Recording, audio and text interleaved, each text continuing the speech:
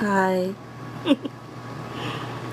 It's been such a long time since I've done a live. I don't know, my voice is a little shot too right now. But it usually takes a while for folks to join. Hi, JJ.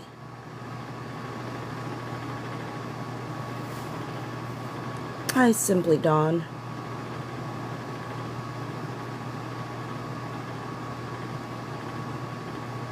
Hi, me not. Is that me naughty? Oh, me naughty, I get it. 99 SG. Oh, gosh.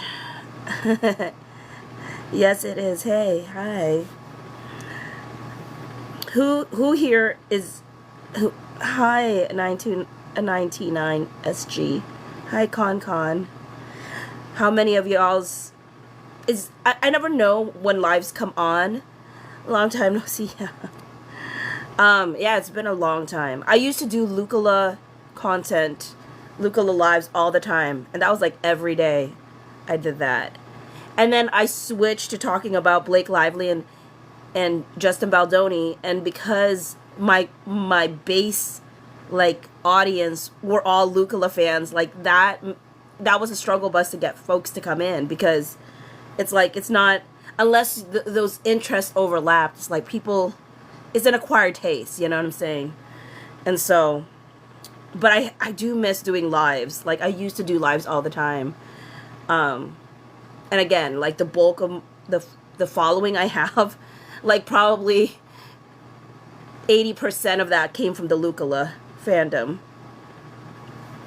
But I mean, I don't know. I'm glad I calmed down a little bit, because I was really, at first when I found out that Isabella filed the paperwork that she did, it was super frustrating, because it just felt like it was a continuation of, like, it just really felt very Blake when she did with what she chose to do. But after I calmed down and realized, you know, she was making good points, there was no need for them to request to subpoena her when Blake had already subpoenaed her in February. And the thing that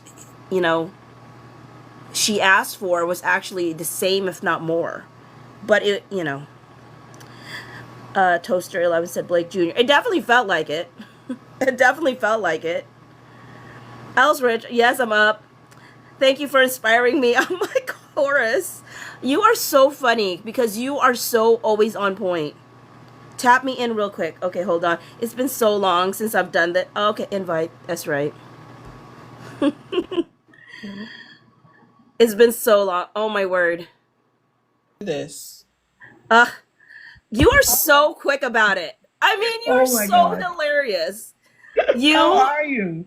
I'm, I feel I'm like we've good. never talked like this, but I don't know that. Like, does that make sense? Like, in my mind, we've talked like this before. I know we haven't, but you know why it might feel that way? Is because we literally talk to our phones like this. Yeah, So and I think in the comments too, because and we, this feels very normal to me. yes, because I talk to people. Somebody's like, sometimes I feel like I'm FaceTiming you, kind of Yeah, situation. Now, but yeah. with you, like when I watch you, I'm like, oh my word, I wish I was naturally funny like her. I mean, like, you come up with zingers, and You I'm know, like, I you're never knew I so was funny. intelligent. I never knew I was funny. You Like, shut up. I swear on my life, I never knew I was funny. I always just thought I was quick witted. Like I have a Yeah. sharp mouth. I'm my grandma's baby. You know, my grandma raised me, and I'm African, so like naturally, like I have wisdom. You know, and I feel Yeah. like naturally I have quips about me. Yeah. Yeah. But I No. never knew I was. Haha, you were cracking me up funny till now. Oh yeah, yes. I never Because knew that. I mean, the best stuff comes because there's truth in it, Yeah, right? Like, it's not ever gonna be funny if there isn't some like truth underneath it. And there's just, I mean, you're just so like and you intelligent. know what's crazy? I don't know what. Okay, I always say this, and I don't know if I sound crazy, but like I don't know what I'm saying till I've said it.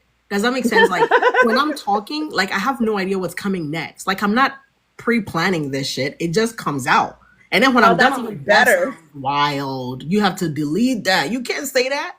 Half the Okay. time, I'm deleting stuff. I'm like, bitch, you can't put that in a universe. Okay, you and I are the same in that sense. There was so many videos I did after that Isabella one. I mean, the fact that I finally did send it when I was screaming about like the addresses, but Crazy. but at the end, I'm like, okay, I had to delete a few. Jenny is down here. We have a little miniature attorney.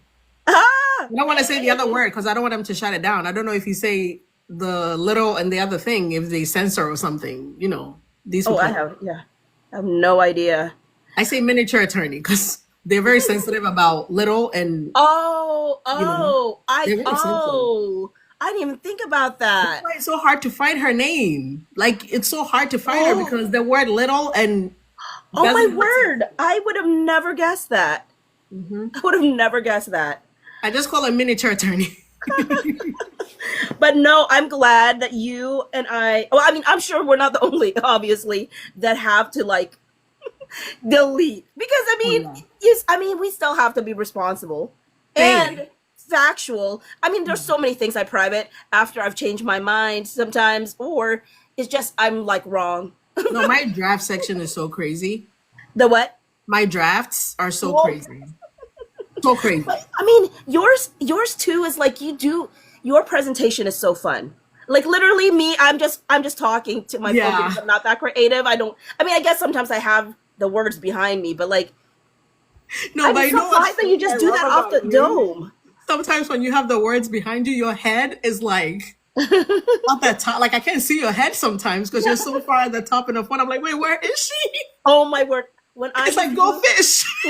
When I used to do Lucala content, that was one of the things I did with them for fun. I would do videos and then I would shrink myself so tiny, and put myself somewhere. They're like, I couldn't find you, and it became almost a game with them. Like, that's so funny. Where is she today? No, I see should you do that again. Sometimes I'm looking for you and I'm like, what the fuck is she at? And you're like hiding in the top corner, and I'm like, because sometimes I listen to it and I'm driving and I'm gonna pick up my son or something like that. And I'm like, wait, where is she? I can't even look, but like at the red light, I'm like, you listen to me? what are you talking about? That's so kidding? nice. Yeah, I love your AI breakdowns because you're the actual people that got me to use Chat GTP for my herniated disc. So I have a herniated disc, and because Chat gives you so much information all the time, I have more information about my herniated disc, and I uploaded my MRI on Chat GTP, and it gave me like a 30-page document of what to talk to my doctor about. Oh wow, that's awesome. Yeah, I mean, I knew what I knew because I've had it for like 8 years. But ChatGTP looked at the first time I got my MRI, I was like, because you think you can read an MRI. And I'm like, where is it exactly? Is this fat? Bone? Like, what is this? Am I fat? Like, what is I was like, nah, ChatGTP, what is that bright light? Is that fat or is that just muscle? What is that? So I sent everything into ChatGTP and it gave me like a 30-page document of what my MRI was talking about. Oh my So God. the next 2 days, I think I wasn't going to see my doctor for another 4 days. So I was kind of anxious. I wanted to see what it was saying. And when you get an MRI, they don't give you the report right away. Like you get the MRI like images, but the report takes like 3 days to come. So I was anxious. So I was reading the report and I was so relieved because I had validation of what was going on with me. So when I went to my doctor's office, everything my doctor would say, I'll be like, yeah, herniated, this generation, this. I'm like L4, L5, L4, S1. My doctor was like, are you a doctor? I'm like, no, Grey's Anatomy. I'm like ChatGTP and Grey's Anatomy. Yeah. But my doctor thinks I'm hilarious too. And he had the same issue I had. And he said he got like an operation like within 3 months of having a pain. And I've had mine for 8 years. So he was like, how are you walking around? Like, he said, you can tell me what medication you take. And I was like, Tylenol? He was like, you can tell me. I wouldn't judge it. And I'm like, I don't take. He's like, and I went to him like a third time in a row. And he's like, are you sure you're not taking any pain medication? I'm like, why the fuck are you whispering? He's like, because I'm looking at your MRIs and you shouldn't be walking around. Oh, wow. No pain medication. And I was like, I laugh a lot. And he's like, that's even more bothersome. Like, you're laughing with this pain? And I was like, it is funny. Like, shit be funny to me. What are you talking about? So he was like, I applaud you. He's like, I had the same thing you had. Well, not the same pain level, but like he had one herniated disc. He said it took him 3 months and he was like, no, put me in the emergency room, put me in the ER, get this like fixed. And I couldn't. He says he was so mean to his staff, they will attest that like when his herniated disc came about, everybody could tell he was in pain because he was so short with everybody. And I was like, I mean, I be telling Mhm. my husband to go over there sometimes. I'm like, just don't talk to me. But like that's like every once in a while. He's like, okay, we're gonna fix you. We're gonna fix you. But no, I'm I glad. listen to you all the time when I'm driving because your videos are typically longer. So it's Yeah, like a good. I can never because normally my videos I try to keep it to 2 minutes because I'm trying to get to it faster because yeah, I'm yeah. long-winded. If you let me talk 7 minutes, you never. I'm surprised my videos can be so short because I can talk. I can talk my ass off. I'm not concise. That is not my gifting at all. I I'm don't like, know I how tell I'm people all able the to be time, I'm an concise. acquired taste. I'm an But the acquired funny is, taste. I don't know how I'm able to be so concise because that's not my natural go-to. My go-to, when you see like a 2 minute video from me, please understand it was 8 minutes. I swear. Please understand it was an 8 minute video and I convinced myself what's unnecessary and what's rubbish and what sounds redundant. And I will cut and I will cut and I will cut. So Well, that's. sometimes I will film a video at like 11 a.m. I Mhm. will end up not posting until 5 p.m. because this is how I edit. Like I'll edit and I will leave the video alone, put it in a draft, and then like an hour later, I will watch it again and see what doesn't feel good or natural to me. Then I will cut it out, and then Mhm. and then sometimes too TikTok. If you're editing a very long video and you don't leave and come back, Yeah. oftentimes I've edited a video from like 10 minutes down to 2 minutes, and let me tell you, when I was fucking done, about to click post, the screen froze on Oh me no. and you can't do anything. Your only option is to close the app and come back. But when you come back, it reverts to what it was Oh originally, not your last edit. Oh, it's happened to me no. on like 4 different occasions, and the panic that comes over me. So that's at least like 4 videos that I've edited, and you never got to see it because by the time I was ready to post, it reverted back to the original 10 minutes. And I said, absolutely the fuck not. I don't have the spirit in me. I don't owe anybody this video. Like I'm not doing it. So the most I would probably do is because I know what I said in the video, I could probably summarize my own video in another video. But it always feels very unnatural to me because I'm like, I sound like I'm copying myself. So I'm like, oh, it's like you can almost see on my face like I'm trying to remember what I said, and I don't want to do that. So I'm like, forget it. They will miss me. I guess if I don't talk about this, it's not a big deal. And No, I mean, I love your videos. You know, when I used to do lives all the time, because I used to do lives like literally almost every day with my when I was in the Lucala Kingdom, and I'm not on in the Lucala wait, Kingdom. what I is just have Nicola? so if you ever watch Bridgerton I season did 3, recently. and I was a big fan of Nicola. Not I shouldn't say was. I still am of Nicola and Luke, but there was a moment in time. There was hope, and then obviously, oh my word, that I can tell you, gets you would think that there would not be drama and Splitsville and all of these different things, but there was. I Mm-hmm. mean, first we were all kumbaya, and then suddenly people split. There was like Yeah. it was messy too. Yeah. But I ended up writing songs. One of them that went like really far within the group was this song called Polaroids of You and Me, and Oh, that sounds cool. so That's a good they title. really love that song, and but I wrote other songs in regards to it. But then obviously Nicola started dating somebody. Luke started dating. Well, Luke I guess had been dating. This is in real Maybe life. They're yeah, dating lives. yeah, I they were see. dating. So then it was like then for It's me like weird, yeah. yeah, then it's like okay. I mean, I mean, everybody has different takes on whether they feel comfortable with it or not. I just didn't feel comfortable with it anymore, and so then I was like, I don't even know what content I'm gonna do anymore. Dude, then this And came. then just about, oh my word! And I mean, I don't know. I don't know what your first like I video on know there what was. I remember. I can tell you exactly what my first Okay, what video was your was. I first can one? almost repeat back to you exactly what I said. Oh, okay, all right. So I remember exactly where I was, where I sat down, what I wore What because is this 9/11? no, I have a very Oh, you got. ridiculous memory. It's kind of disgusting. I will Oh, quote you back to you and you will be shocked. Like amazing. I've pulled up the Ring camera in my house to prove my husband wrong on like 100 occasions. Because I will tell him what happened and he'd be like, that's not what happened. And I will tell him and I'll be like, let's pull up the camera. And I will be right. And I don't know how we're still married because that would piss me off if that was me. How the fuck are you quoting me to me? No, my memory is this Ooh, good. that's what makes you good at this too. Yeah, no, I have great memory. It's bad. That's what makes you good at this too. I'm You're so gonna annoying catch to every have an lie. argument with. I'm so annoying to have an argument with because I'm like, you cannot play me. Like I remember what you said. You can't. So and that's why I think that's why I'm really good at this. Because whenever Blake does something on the docket or he does, I'm like, bitch, I remember page 28, 168. This is what happened. This I'm the same way when it comes to like text messages or things.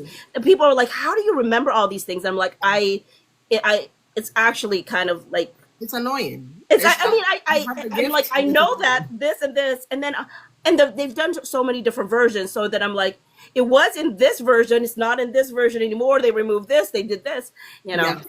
So anyway, that's a long way. How did you do it? Video, I remember I was about to go pick up my son from school actually, and I remember I was so frustrated because with everything that was happening, this is back in January.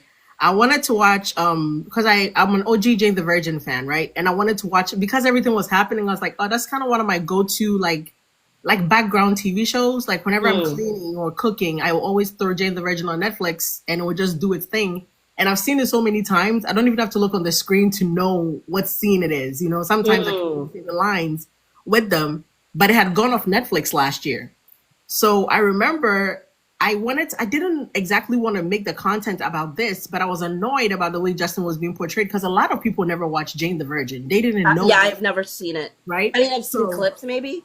Yeah, so I was very frustrated about the way some people were covering the case, and I was like, ugh, I want to cover this, but like I don't really know that I want to, because I never had social media. When did you start covering it? January. Oh, I didn't. Okay, got I didn't. My TikTok had like 200 followers. Oh wow! Yeah, I had like 200 followers, and I wasn't. And now where are you? Like, what is it now? I think 48.3. Oh my word! Earned every single one. I will get into that too. But the crazy thing is, I remember telling my husband my goal by the summer was to have I said in January, my goal by the end of January was to have 500. And February was to get 1,000. My goal was to get at least close to 500 every month. And the night of the Super Bowl is when I got 10K because I made content about Kendrick Lamar. And the way I made it went crazy. But the video I made, I was like, Netflix is the dumbest streaming platform right now for taking Jane the Virgin away because it's nowhere now. You have to buy it on Prime. And as much as people love to stream a show or they love a show, nobody wants to buy $3.99 per episode. If it was available on Netflix, the amount of people I feel like would have started watching Jane the Virgin because of this case would have been... Was it because of Ryan Reynolds? No, the contract, I looked it up. The contract had ended with CW. CW originally owned Jane, but now CW doesn't even have it on CW. They sold it to Amazon.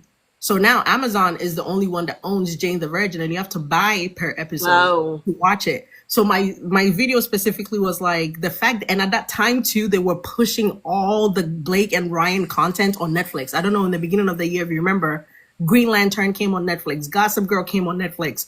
Like, yeah, they still try to push that on me. So it was kind of weird that like the Justin Baldoni content was like gone, and all you could see were like Blake Lively. Whenever like your Netflix was in resting mode, you would see like Blake with the Gossip Girl people on your screen or Green Lantern, and I was like, ew. Like, Netflix, this is dumb. You need to be showing Jane the Virgin now. And I remember I went to pick up my son. I made that video, posted it, didn't even edit. And by the time I got home, I had 700 views. And I remember telling my husband, I went in my bedroom and my husband was taking a nap. I was like, wake up! I'm famous, bitch! I got 700 followers. 700 views. And he was like, that's a lot? And I was like, yes. My husband doesn't care. He doesn't do social media. So, and he was like, is that a lot? And I was like, 700 in like 25 minutes? Yes, nigga. Yeah, it's a lot. And then he was like, what are you going to do now? And I was like, well, I kind of want to talk about how, I perceive Blake, I never cared for her since the plantation wedding, all this and that. But I'm like, do you think we should do, like, do you think, like, how do you feel about it? Because we're family. Like, I'm not trying to be out here looking crazy if it's going to come back on y'all. And my husband was like, you know what? As long as, like, you're not fighting and they're not going to come find you, I'm cool. And then I took it and ran. And now I'm like, if they want to come find me, this is I was about to say they may come and find you. Every day my husband is like, are we getting subpoenaed? I will tell you, though, here's the thing. I did calm down about the whole Isabella thing. I did. After she has points she made. She had valid points that she made. Yeah. But you know what really irritates me is when Blake's side, and I do consider Isabella on Blake's side. Oh, yeah. Irritates me when they like act like moral high ground people when they are guilty of the thing. I'm like, Oh, now you have problems with Oh yeah, the unredacted redacted. I was addresses. like, we stopped redacting in February. Well, Stop. like I've been screaming about like the fact that I hate it, and when it happened with Wayfair, I'm like, oh, who does not? Why don't these get redacted? Yeah, And then for them to act like, well, this should have been redacted, and it's like, no, yeah, duh, Sherlock. I mean, like, what? exactly. I mean, When anyways, it when they irritates when me. I saw that, I was on live with Lauren about 3 hours ago now, maybe for Mm, Court of Random Opinion. We were on live yeah. covering it together because when I saw it, I was about to make my video, but I was so pissed, like I was angry. I could literally feel heat coming from my head. Hmm. And I saw Lauren went live, and I'm like, okay, Lauren is an adult. Let me go talk to an adult. Except Lauren is not the adult you want to talk to. She will help you go crazy. So I was like, fine, I'll hop on live with Lauren. And I kind of calmed down enough. The reason I'm sitting here, I just made my Oh. YouTube version because because I talk a lot. I leave the 30-minute, 40-minute conversation for YouTube, then TikTok and Instagram get the Mm, 1 minute, 2 minute smart. version. But because like I do a lot during the day, I film at night. When something Mm, comes on the docket, I film at night, I edit at night, and I post it, and I'll go to bed around 4 or 5 a.m. And then in the morning, my husband would do like the morning routine with our kid, and sometimes we drop him off so I can sleep in the morning. So if things come on the docket super early. My husband sometimes will come home and wake me up, or he will call me, be like, TMZ posted this, wake up. And I'm like, oh my God, I'm trying to sleep. Because we work for ourselves, so I can be home or I can take a nap when I need to. But so I read it with Lauren, and I was particularly, I'm like, you guys brought up Jed Wallace's heart palpitations back in February. Like, we're done with redacting now. Like, you put up Perez's kids, like, and as much as Perez was wild on a docket, and I said so, like, I'm like, you still can't put a man's kids out. Even if he puts his kids' pictures on his page or his website, it doesn't give you the right to do that. You'll be hmm. like the biggest hypocrite about that. Like, you will bring your kids to the Eras tour, but can't nobody take like, and you post pictures. Your husband will have your kids talking about a grown man's ding dong with his pretty much uncle, but Hmm. can't nobody post your kids. So why would you post Perez's kids? I was so against that. So when even I made my content and I saw Wayfair had put Isabella's address, I didn't reference the address. I didn't show it. I was Hmm. like, I wish they had redacted that. So yeah, points can be made there. What I hate, and I can't wait for tomorrow to come because the headlines are gonna go crazy, is Hmm. the wording of Justin Baldoni is manipulating. What is the word? Extortion. Extortion. And then also they talked about how he has he has acted inappropriately towards her. Somebody's Hmm. gonna think this man dropped trowel in front of her. Hmm. What do you mean Hmm. acted inappropriately? And then they say he's bullying her. Hmm. The words they're using are such. And am I crazy, or did this read like Ezra Hudson and Michael Gottlieb wrote this and told that man, Michael Man, sign the bottom? I mean, I'm gonna say it's a consistent narrative that is meant to help Blake Lively. It read as though Blake Lively's lawyers wrote this. That's what I said in my Yeah, video that I just made. I'm like, are we kidding? Like, let's be for real. Let's be for real. yeah, and I think part of, I mean, I want to hear what Wayfarer says because I put him like, okay, I've calmed down. Here is the positives, or not positives, but like this is the perspective of Isabella and why it's a valid stance of like, hey, Blake got the stuff in February. She asked not only the same kind of things, but even more than they had asked for. She got it Mhm. all. Why only ask in in July? And both of the addresses were obviously not where she lived. Like, but then I'm like, but then her lawyer doesn't even respond. How I so I want to hear Wayfarer because I want to hear what they're going to come back with, because every time like their side thinks that they've done some sort of mic drop, it's not. The So funny thing though, I was reading that and I'm like, okay, so we couldn't get a hold of the lawyer. Now the lawyer has time enough to respond on the docket. Can you just respond to our email? yeah, Can you just, exactly. or okay, so Exactly. we have the wrong address. What address did Blake use to subpoena Isabella? I want to know. You're saying these two addresses, these three Hmm. addresses, whatever is wrong. Where did Blake send her subpoena? Exactly. I don't know why it had to be. Is it the same or no? Yeah. I Now that you're I responding, what is the right address? I want to know too where they got their addresses. I think primarily, at least one of them has to be from when Isabella worked on It Ends With Us. She had to file some type of document. She has to fill something out. She had to put down an address somewhere. Well, they said that, I think somebody said that Wayfarer Council should have known. And they said Or there's like correct. an affidavit. At least one of those addresses had to have, I think the Brooklyn one had to have come from us, the Sag Harbor one. I don't know. At least one has to have come from when she was working on It Ends With Us, because she had to have filled out. I just can't help but feel that like somebody intentionally gave him bad addresses. But then there's an affidavit that came with the addresses. So somebody had to have signed that affidavit on Isabella's That's side. why I'm like, I want to hear what they have to say. I can't wait to hear that. Yeah, I can't wait to hear that too. Again, everybody in here is just getting a preview of what my video is going to say in the morning on TikTok. But like, this is hilarious to me because Isabella's RFPs, this is the easiest RFP of all time. Shall we go through them? Number one, communications about whenever, let me read them because I don't want to misquote anything. But because I was telling Lauren when we were talking, I'm like, I don't know why Isabella's acting like this is the end of the world because all her RFPs are the easiest I've ever seen. She has easier RFPs than the content creators had. Like, yeah, no, the for only real. thing- She wasn't. Here's the thing. At the very least, because she's like, well, he dropped dropped it on August 12th, and Discover ends August 15th. There was no way that he was gonna get all the things that he's asking for. But I'm like, but you literally just said that you gave everything to Blake. But my thing is, you can just at least 3 of those RFPs are supposed to be non-applicable because number one, all documents relating to any discriminatory, harassing, retaliatory, inappropriate, unwelcome action, conduct, or statement made during the production, editing, or promotion, non-applicable. Isabella doesn't have anything to give. Okay? I mean, yeah. Does she? Do you think there's something there to give? I don't know what the conversation. Because as her lawyer says, she was on set for 4 days. You, if you have discriminatory, harassing, retaliatory, You mean inappropriate for her? For her, the RFPs they won from Isabella is what I'm asking. Is what I'm talking about. Okay. Yeah. Read the first one again. So number one, all documents relating to any discriminatory, harassing, retaliatory, inappropriate, or unwelcome action, conduct, or statement made during the production, editing, or promotion of the film. She shouldn't have shit to give.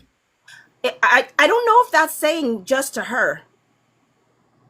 I mean, why would they ask anybody else's stuff from her? She can't give that I don't up. know. She But wouldn't have a way to like, give that up.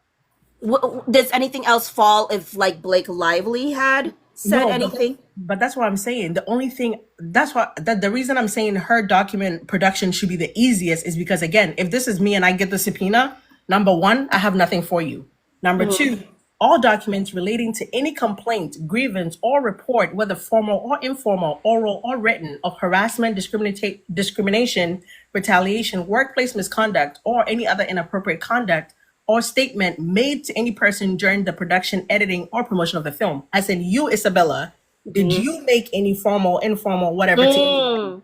That's another non-applicable. That's 2 nothings I have for you. Why is she acting? Number 3, all documents relating to any intimate scenes. She has stuff for that. She did have an intimate scene in the movie. So whatever documents they had to have her write, whatever waivers, she can provide that. We're going to skip number 4. We're going to come back because that's the juicy bits. Number 5, all documents produced in connection with any subpoena in the action. Number 5 is what she has to produce, whatever she gave to Blake. Like, that's literally easy. CC them. Whatever you gave Blake, photocopy that shit and give it up. Number 6, all communications relating to Baldoni, which I feel like is a moot point because whatever she's going to give Justin should already have. But like still ask for it from her. Number 7, all communications relating to Heath, right? Number 4 is the reason I think this entire motion hit the docket today. This is what they're avoiding. Number 4, all communications between you and Lively relating to the film, any Wayfair defendants, or the action. So if Isabella has texted Blake Lively, hey, hello, how you doing? Did you see the docket this morning? I want to see it. If Blake Lively texts anything, she wants to see it. But here's the thing. The thing that came on 666, the docket 666, right? And how it has a copy of the February subpoena from Blake Lively. The RFP number 1, I feel like says provide all the documentation of like communication between her and Isabella. So it would be covered, wouldn't it? Wait, for 666, like today? That came today? Today. I'm looking at it now. Yeah, I don't know if it's Exhibit 1 or Exhibit 2. off the top of my head. Wait, no. So that's not 666 then, because 666 is just the Or maybe it's the next one down. 665. Oh, is it 665? Whichever one has says like the subpoena from February 25. Yeah, I'm looking at it now. So Read that first one, because that's what I thought so too. I was like, did he? If it, I thought number 4 would be the issue, would be the stickler. I think it is too. No, but it looks like that was the first one, RFP one, unless I misread that, which I might have. I'm on the 665 is not it either. 665 is just it's got to be the one underneath it. Hold on, No, you don't have to go there. I'll find it. Okay, because I only have a phone, so I'm not. No, I'm sitting. You've got a whole setup there. So yeah. I'm like, I'm getting paid to do this. Wayfarer's check cleared. Do not clip this. I'm fucking with you. If you clip this and say I said Wayfarer paid me, I'm lying. I'm doing this because that's the only time my house is quiet. I'm gonna mute myself for a second because I got a cough. Oh, go ahead. I'm looking on this thing now. I don't. Okay, so it's a bunch of things, and I'm pretty sure it's after. Let me flip my camera, and you tell me when you see it, because I feel like I'm tripping or like I'm blind or something. Okay. So it's not this. No, you go further down. Okay. Here? Okay. What is the interrogatories? No. This was from the 14th. Okay, go no, all the way down. It's today. Oh, today. So up. Okay, hold on. Oh, up. Oh, yours goes up. Mine goes down. Mine in descending. Oh my word! I should do that actually. Because ascending is crazy. When I put ascending, it starts in it starts in December. I'm not doing that. Okay. Just put it in descending. Oh, no wonder. So that I see the current. Okay, so yeah. Do you see one that says something? 667. My thing hadn't refreshed. Okay. Carol's up in the space to be like 667 exhibit 1. We're playing bingo. Carol's like up. My thing hadn't refreshed yet. That's why. Okay, here we go. Wait, but I think this is just an attachment of the subpoena already from. Hold on. No. Right here? Yeah. So all documents and communications between you and Miss Lively, any Wayfarer defendants, Sony, or any cast or crew members of the film concerning the behavior of Baldoni or Heath during production. This has to be. Oh, wait a minute! I did not finish the sentence. Yeah. Okay, you're right. Concerning the behavior of Heath. Okay, you're right. During the production. Number 4 is the stickler. Number 4 is what's fucking them up. Number 4 is the reason. You're right. You're right. Number 4. You're right. Because number 1 is not like she doesn't have anything for them. Yeah. No. Number 2, nothing. Number 5, nothing. Number 4 is what's eating her up. She can't sleep at night. Yeah. It's got to be number 4. Now here's the thing. I think I spaced and just read that first half, and I'm like, oh. And you were like, oh God. I read that first half, and I'm like, I guess that's that. I guess you did ask for it, but you're right. It was very specific to that. But yeah. They need more. I think at this point, it's anything she ever said with Blake, she's shaking in her boots. Yeah. When I was talking to Lauren, I was saying I think there has to be communication there where Blake was probably trying to coerce her at some point to say stuff.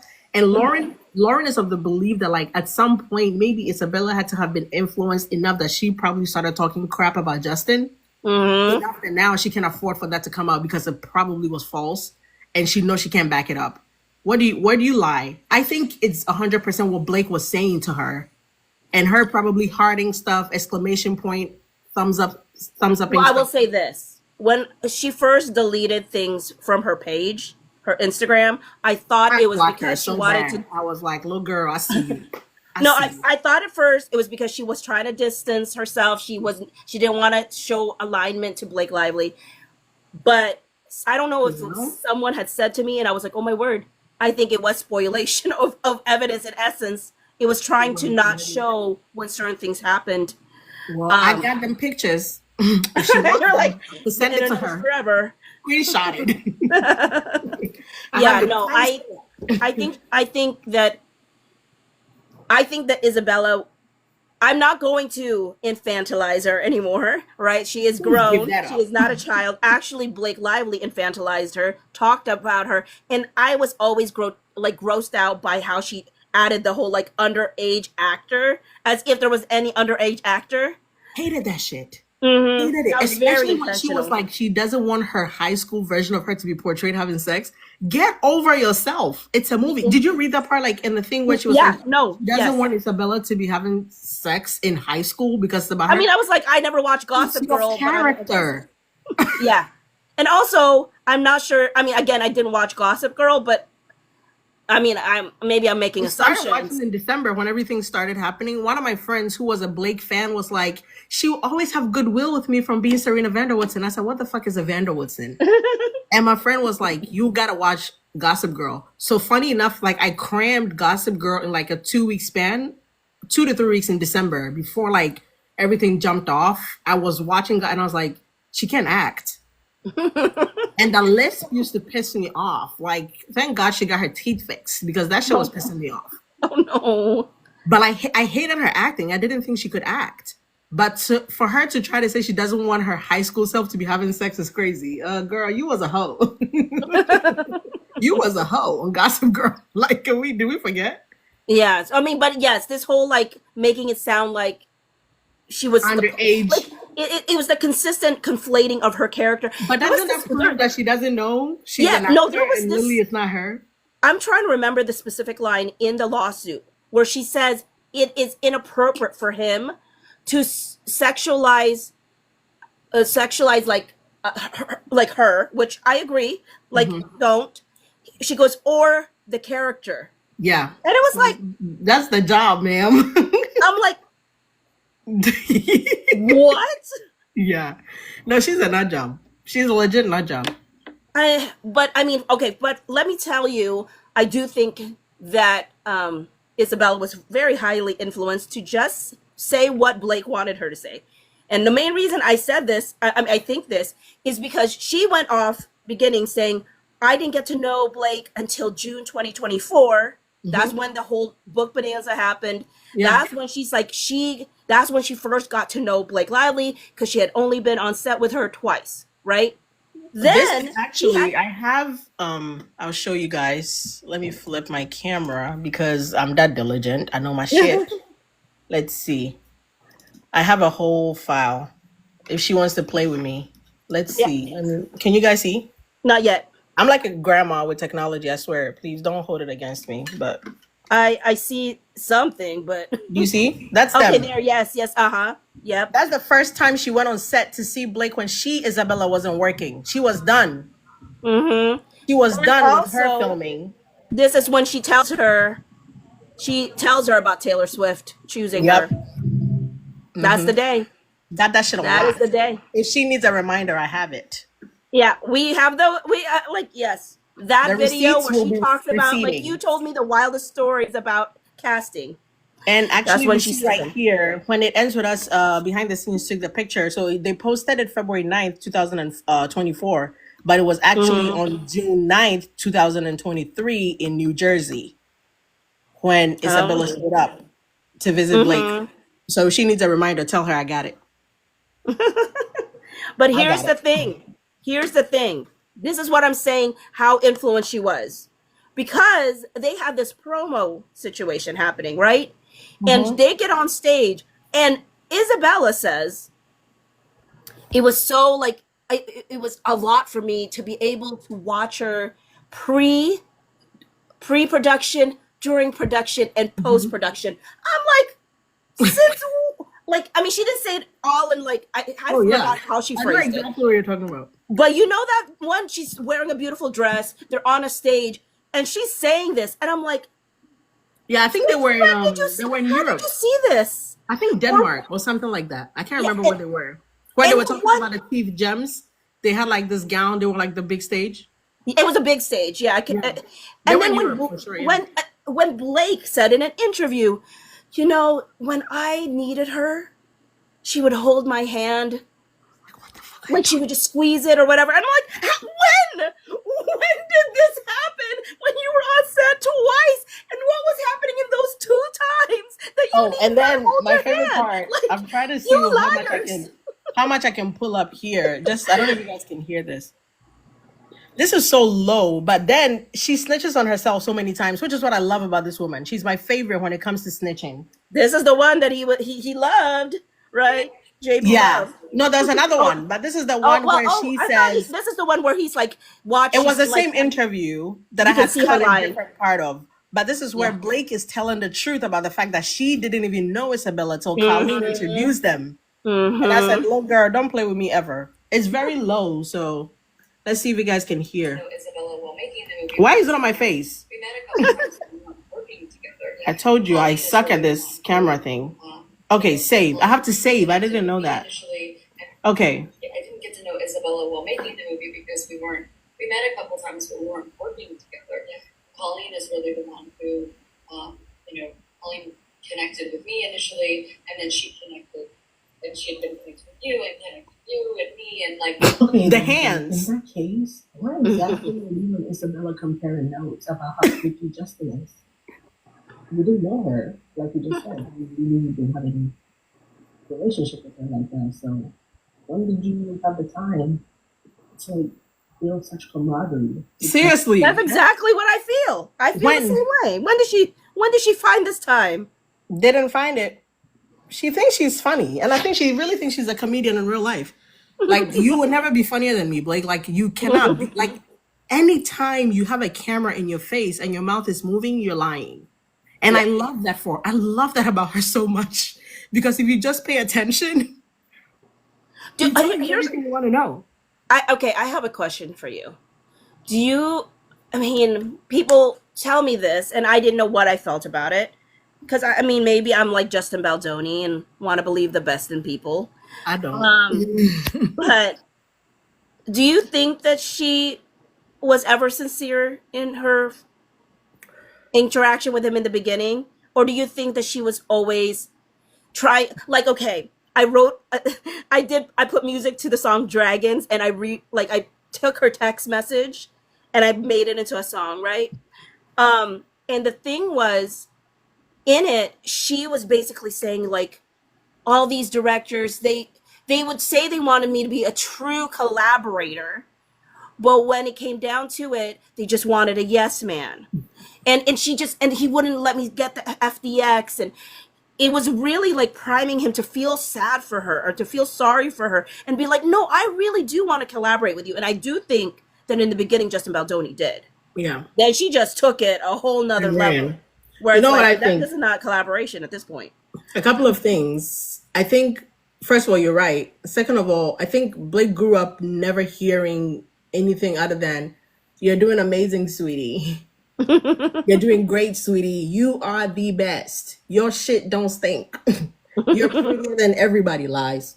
Because the previous nose and the current nose are not the same. Like, you know what I mean? I feel like nobody ever told her about herself. In the sense that, like, yeah, I grew up being told by my mom I can do everything I want. I can achieve whatever I want. But, like, my mom also used to let me know, yeah, this is fucked up.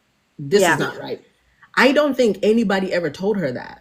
Yeah. You can't do this. You can't do that. You can't do this. She literally stood on the stage and said, my mom said life is like a bowl of cherries. Shut the fuck up. Cherries don't even taste I thought good. you were going to say that her mom told her and taught her to never, like, take no for an answer. No, I was getting there too. Oh, like, okay. So first her mom told her life is like a bowl of cherries. Lies. Life is like a bowl of fucking rotten cherries. You might find a good one in there. That's what your mom should have told you. And then your mom told you no is just not in your vocabulary. Like, my mom is just a woman where she doesn't have no in her vocabulary. Where did you get that?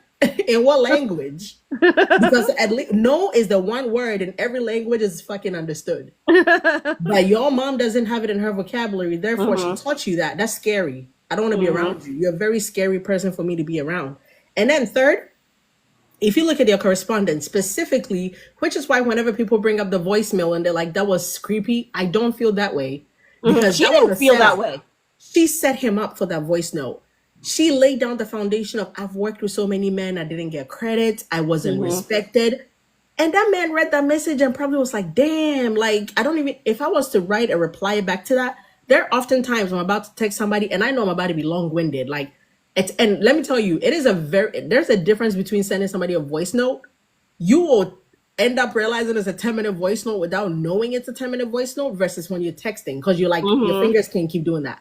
But when you're sending a voice note, especially if you slide the mic over and lock it and you're just talking, you could go on. You could go. So I never cared about and then people didn't realize he was in LA. So the 2 a.m. voice note, her being in New York, it wasn't the same. Like the time difference was not exactly 2 a.m. for him, but okay. But I always thought that was a setup, especially when she knew her husband wrote those damn lines. And she tried to use it as like to get sympathy or whatever from him. So do I think that she was ever sincere? I don't know that she knows how to be. I think she knows how to get what she wants. And I don't know that to her, that's sincerity. I think to her, it's always a strategy. That's another S word. I don't think sincerity is in her bones. I don't think sincerity is in her method, is in her MO. Her method of operation is not sincerity. It's always strategic. But she's not smart. That's the difference. You could be strategic and be smart, but if your strategy is boo-boo, you're always going to end up here. She always ends up harming herself. Exactly. Like, I mean, why do you, I'm like, this is, I don't know what her end game is to some degree, but I will say this real quick about the voice note, right? When it came out, I was like, Justin, I mean, I was like, this is going to go, this can go in multiple ways because just, you know, I could already hear people be like, this is so creepy. But then some people could be like, and some people could be like, this is so hot. I'm like, it's not hot. So hot, right? It's not creepy. It's like, I wouldn't do that shit, but okay. But the thing that I will say is this. She had messaged him and he said, hey, I'm sorry I didn't get to respond back to you because I was speaking to the youth of Baha'i. I was speaking to a group of of Baha'i kids. And so I'm like, he's like, I will, call you or do a voice note after I get out of the Uber or something like that. Now, by that point, I mean, I've worked with youth, okay? I mean, I don't know, maybe Baha'i youth are quieter, but usually, they're not. I mean, like kids are kids, right? So I'm like, I can imagine his voice was already like worn out. Not only is it late, but it's worn out and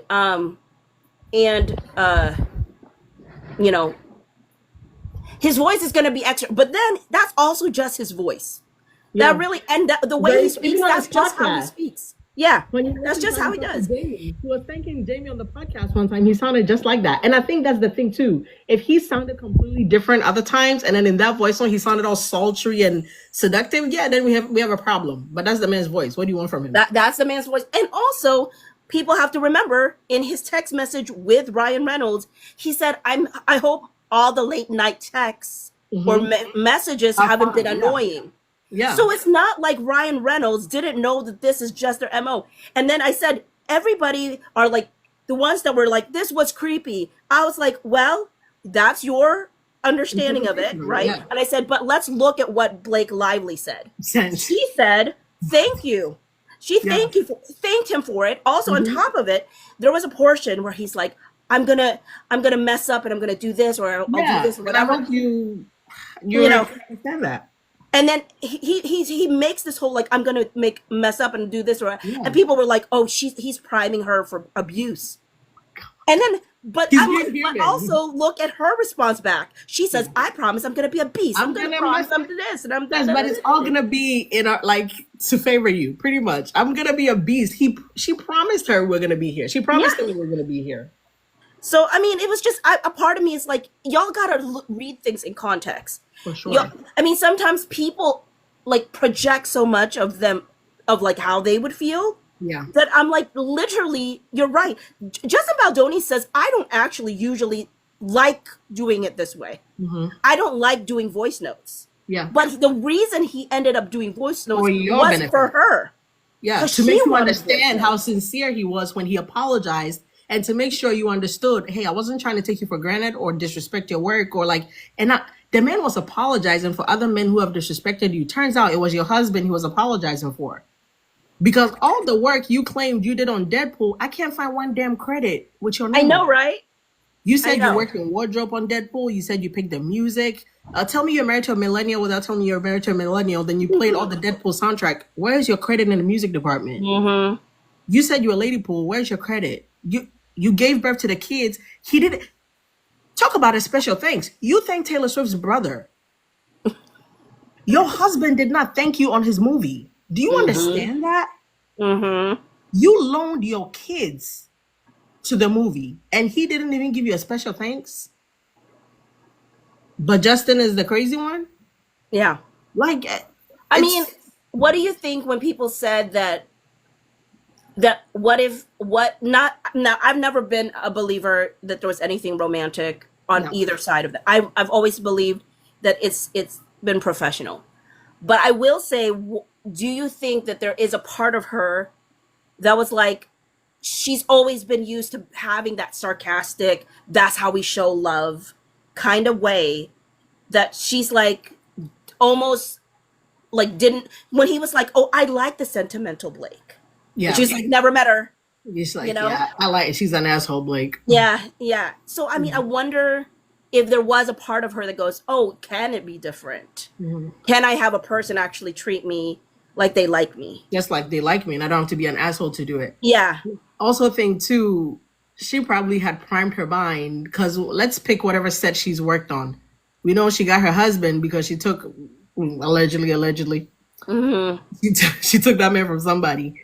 And then there is Ben on, what is that movie? The Town. And then yes, there's him and Penn from Gossip Girl.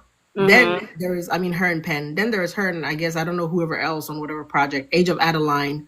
What's his face is too old. And I guess that wasn't her his style. And apparently he didn't like her at all on that set. We didn't hear Harrison Ford? Harrison Ford. Yeah, Harrison Ford. Harrison Ford couldn't stand her ass. Well, he has good.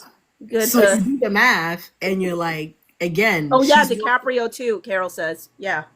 So she's probably walked around her whole life, again, like I said, being told she's the shit, she's the bomb, every man wants her, she's a blonde, like. So imagine strolling up on this set, and this man's interest in you is truly the job, and regardless of how many weird ways you almost sexualize the context, he always comes back at you, almost reminding you of his family, combating it completely differently, or not reciprocating your flirtatious, the whole with teeth comments, the whole, whatever comments you would make, right? Imagine how she's feeling, thinking, like, is he not picking up? Like, this is how I communicate. Like, is he not picking up the vibes? I could sense where she would be frustrated, like almost kind of mad at him. Like, this is my vibe. Are you not picking it up? Can I ask you this question too? Okay. Oh, so you know how she claimed that the dance montage or romance montage was exactly as she said. It was exactly how she described it, right? And then they rewrote the whole thing in the second, in the amended lawsuit. After the video leaked, after the video came out. And the only line they kept was the one that was not on camera, right? Which is the statement that she claims he says, where he said, I'm not even attracted to you. And now here's the thing. I always feel like when a person puts the word even, that's supposed to give the impression that this guy was rejected. Yeah. And then because he was rejected, he was like, I'm not even attracted to you. Yeah. I have a feeling that conversation went differently. 100%. I feel like maybe she was like, I feel like you were trying to, and he's like, oh, whoa, not that. Whoa, no, I'm not even attracted to you, and not to be like a rejected thing. I can imagine him doing it to reassure her, like, no. I was even gonna say the words "I'm not even attracted to you" probably never even had to leave his mouth. Yeah, the action of it or some form of "I'm not even attracted to you" could have happened, and she would have said it that way. You know what I'm saying? He could have been like, "Oh, it's not even like that. Like that's just not the vibe," and she would have said, "I'm not even attracted to you," because in her mind, that's just the natural thing. Yeah, I feel like she has definitely. Did you ever watch Love is Blind? Yeah, I watch Love is Blind. I don't watch the Love Island one, but the blind one, I watch it, yeah. Did you watch, I can't remember her name anymore, but it had to do with like, I think an orange or something, or a man. I don't know. Anyways, Orange? it with Cole. It was the guy's name was Cole, Cool. and the girl's name was like Zanab or something like that. The cuties. Yes. What year is this? I don't remember, but basic gist. She described how he criticized her for eating like two cuties or cutie or whatever. She I described might have skipped a season. yeah, she described basically like this whole scenario where Was he this 2 seasons ago? Because I skipped that season. no, I don't remember how many seasons did it go. 3 maybe, I don't know. But the whole point really is that she describes this whole scene, and Cole is like, "What? Like That this didn't is not what happen. happened." And then she's like, "And you just got saved because they didn't like they didn't show it. They Production didn't cut it out. production didn't show it." And Cole literally says, because this is a reunion. Go to tape. Says, production, if you have it, play Go it. to tape. And they did. And that girl, I'm not saying she lied. But she I'm embellished. sure she thought that in her head. Yeah. She thought, and here's the thing, this is what I feel like when is your imagination not enough? Because maybe Blake Lively could get on a lie detector test and she could pass. Because Yeah. in her brain it happened. Her mind But believes it happened. objectively, the camera caught something else that said, Yeah. that's not what happened. I mean, she literally went from this and this and this and this and this and this happened and nobody caught it on camera. Then we saw the video and she's like, actually, delete. Keep the one that didn't actually end up on camera. That's the one I'm telling you happened. Like, okay, Yeah. we're going Yeah. with the delete. We're going with that one. Yes, She's exactly. a wild one. She's I a don't wild know. one. I think that it's going to be really interesting. You know how like they have the onesie scene, and that's also on camera, right? And then she made a big deal about like he wanted to see my lace. I'm like, then zip it up. He was not the one who asked you to zip it down. You zipped it down. But did Zip you it up if see? you have it. Did you see the bottom lip video? No. Where she tried to say, you didn't see, I did a video about that. Where did she you? tried to say in her claims that like he continued to kiss her or bite her lip. You mean of the and then sore? and then there is the video of you could see her literally picking up his bottom lip in her mouth. Oh, that one. Yes, I did see that one. I'm like, what is wrong with this woman? Because why would you Rules come for and thee, think, like, not for me. it's no, for real. She's crazy with that. And then especially, you know, when you think about the whole fat shaming thing, there is a part where I feel like they were talking about in the before production started. I was just looking on it. I can't remember. It was in April, I believe. And I think she had gotten sick. And Justin made a comment about, "Oh, I feel you. I bet you feel 1,000 pounds lighter. Like with that being taken care of." And then she goes, "Yeah, 20 more pounds to go."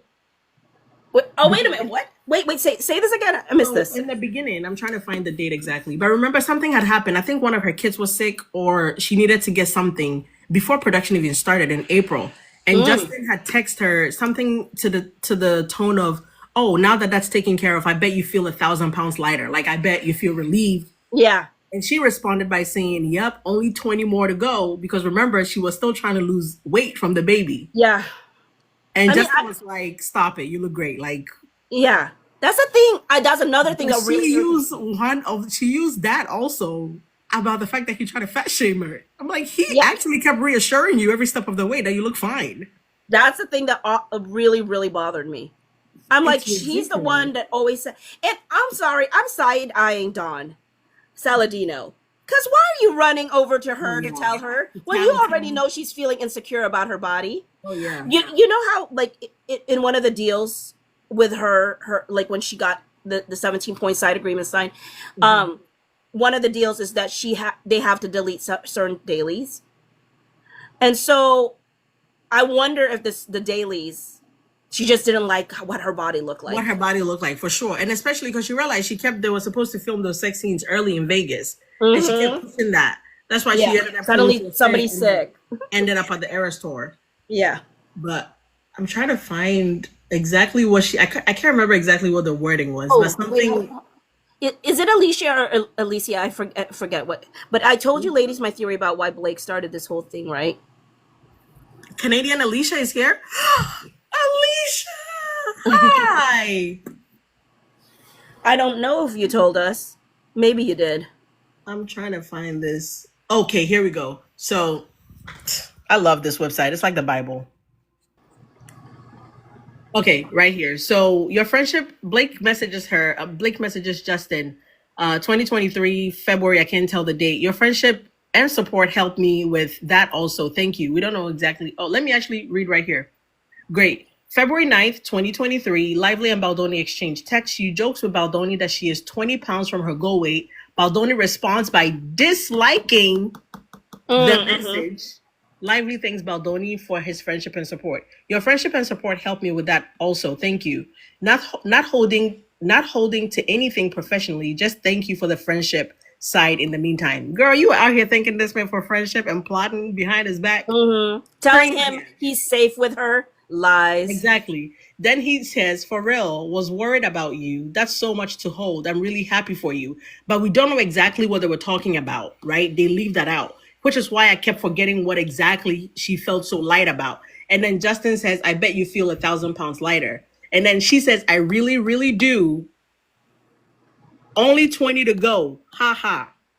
Then Justin, you can see, disliked only 20 to go and then laughed also. Then she sends back hard eyes. Oh, she set him up so good. Yeah. I mean, I this is why I can't stand it when people are acting like we're not the ones being factual. Oh yeah. No, because I don't say anything without if I can reference the document, I don't make any post without getting my facts straight. Like I love this website. Timeline of relevant events. Me and this bitch is cool. Like we're besties. I go on this website at least once a day. If I need to make some type of content and I need to reference, sometimes I already know what page to like go past to get to where I need to go to because I'm like, oh, this happened in February. This happened in page 60, whatever. I love it. Like it's just there. And what I hated last week when the new text messages came out, a lot of Blake people were like, well, they told us we had everything. Why we now need? No, they told you had the timeline of relevant events. The text messages you saw were literally point by point, line by line, combating everything in her amended complaint.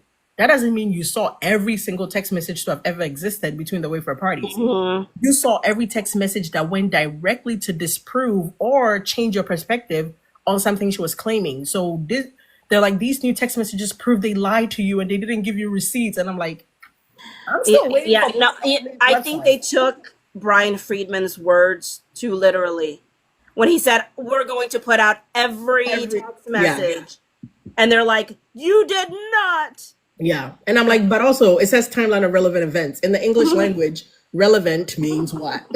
Yeah. Like, let's not do that. I'm so the part, I mean, I'm still upset about this. I've done 2 videos on it, but I really am still very upset how like that one video of someone saying like that him reaching out to his prayer group could be considered retaliation. I was like, in what world? Please. The man needed prayers to come to work. You would have thought he was showing up to a construction site at 4 a.m.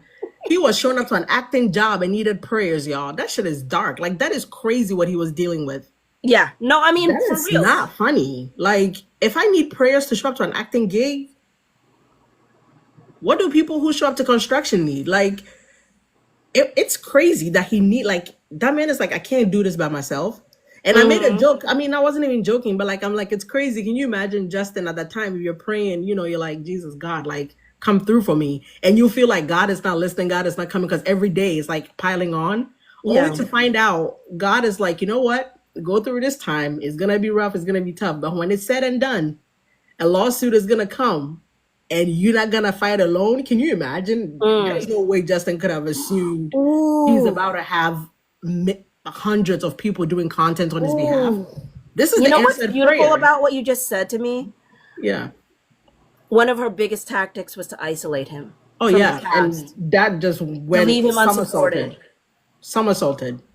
Oh Notorious Raven says, Bocce, can you see my request? You don't have to let me up right away, but I'd love I to love join. Raven. Okay, let's Raven. hold on.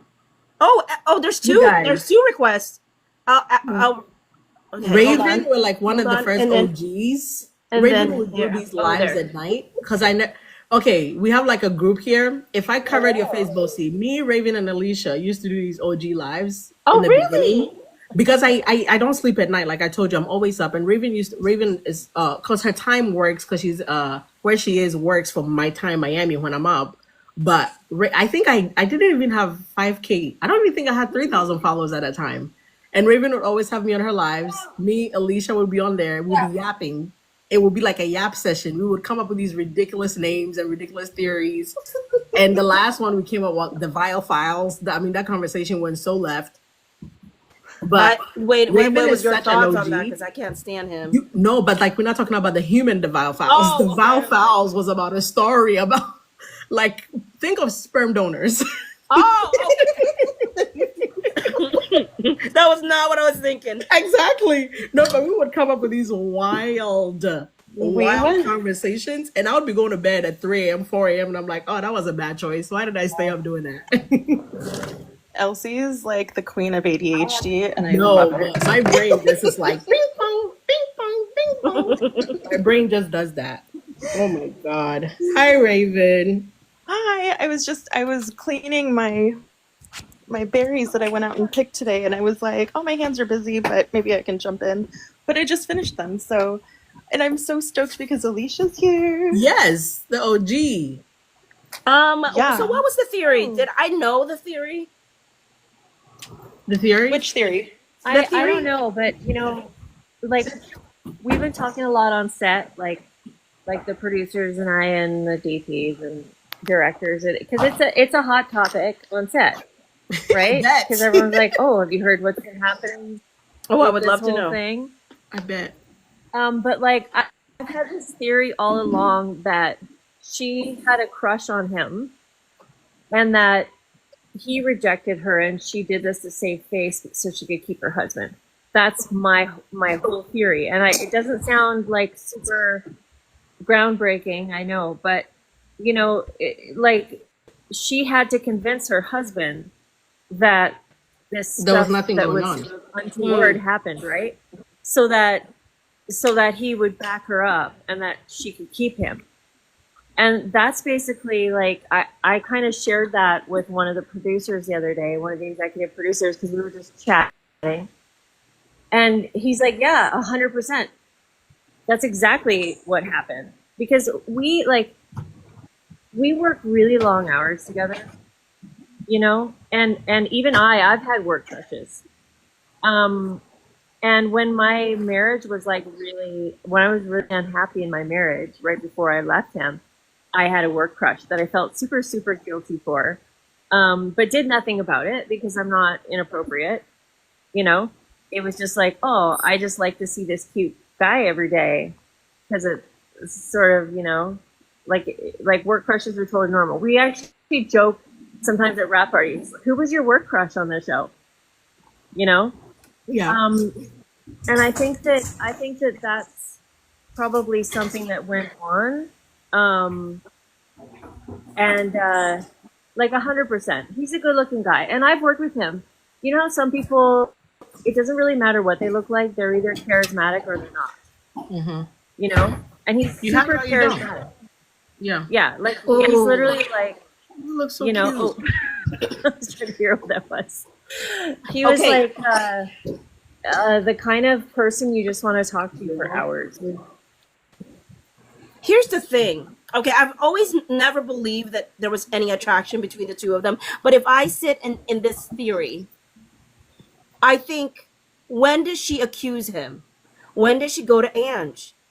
The last thing that because the big instigator was the day of the dance montage. And what did it end with in her story? I'm not even attracted to you. We think. Well, that's what she claims. Right. Right? He doesn't have that in his version. In her version, he says that to her. Yeah. She does. None of it makes any sense. But you know what though? I'll raise Alicia's point. What if it's not that she exactly had a crush on him, but is that she expected him to be Oh, head over heels fondling all over her because she is Blake goddamn Lively. And he was like, girl, you're leaking breast oh, milk. you know what? You know That was what? part of it too, I think. You know what? You remind me of how I don't know if y'all picked up on this in her lawsuit, but I'm always like she sounds so irritated that he brought up his wife a lot. And so she would say he uses his wife as a shield. No, he He loves the doesn't. shit out No. of some Have you Emily. seen her? He She's just loves gorgeous. her. She's a doting wife, and she's gorgeous, and she's He smart. worships Like, the ground Emily walks on. And I think she didn't understand that She didn't like it. because she's in a contract. And I'm not saying allegedly. Ryan said they're in a contract marriage. So she's trying to understand why Justin is in a loving, healthy relationship and she's in a contractual Hollywood ship.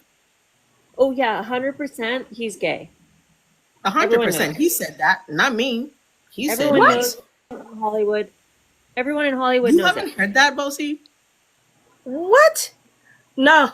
What? Well, no, I'm not saying I'm not heard that rumor or that speculation, but I just never heard official confirmation. Well,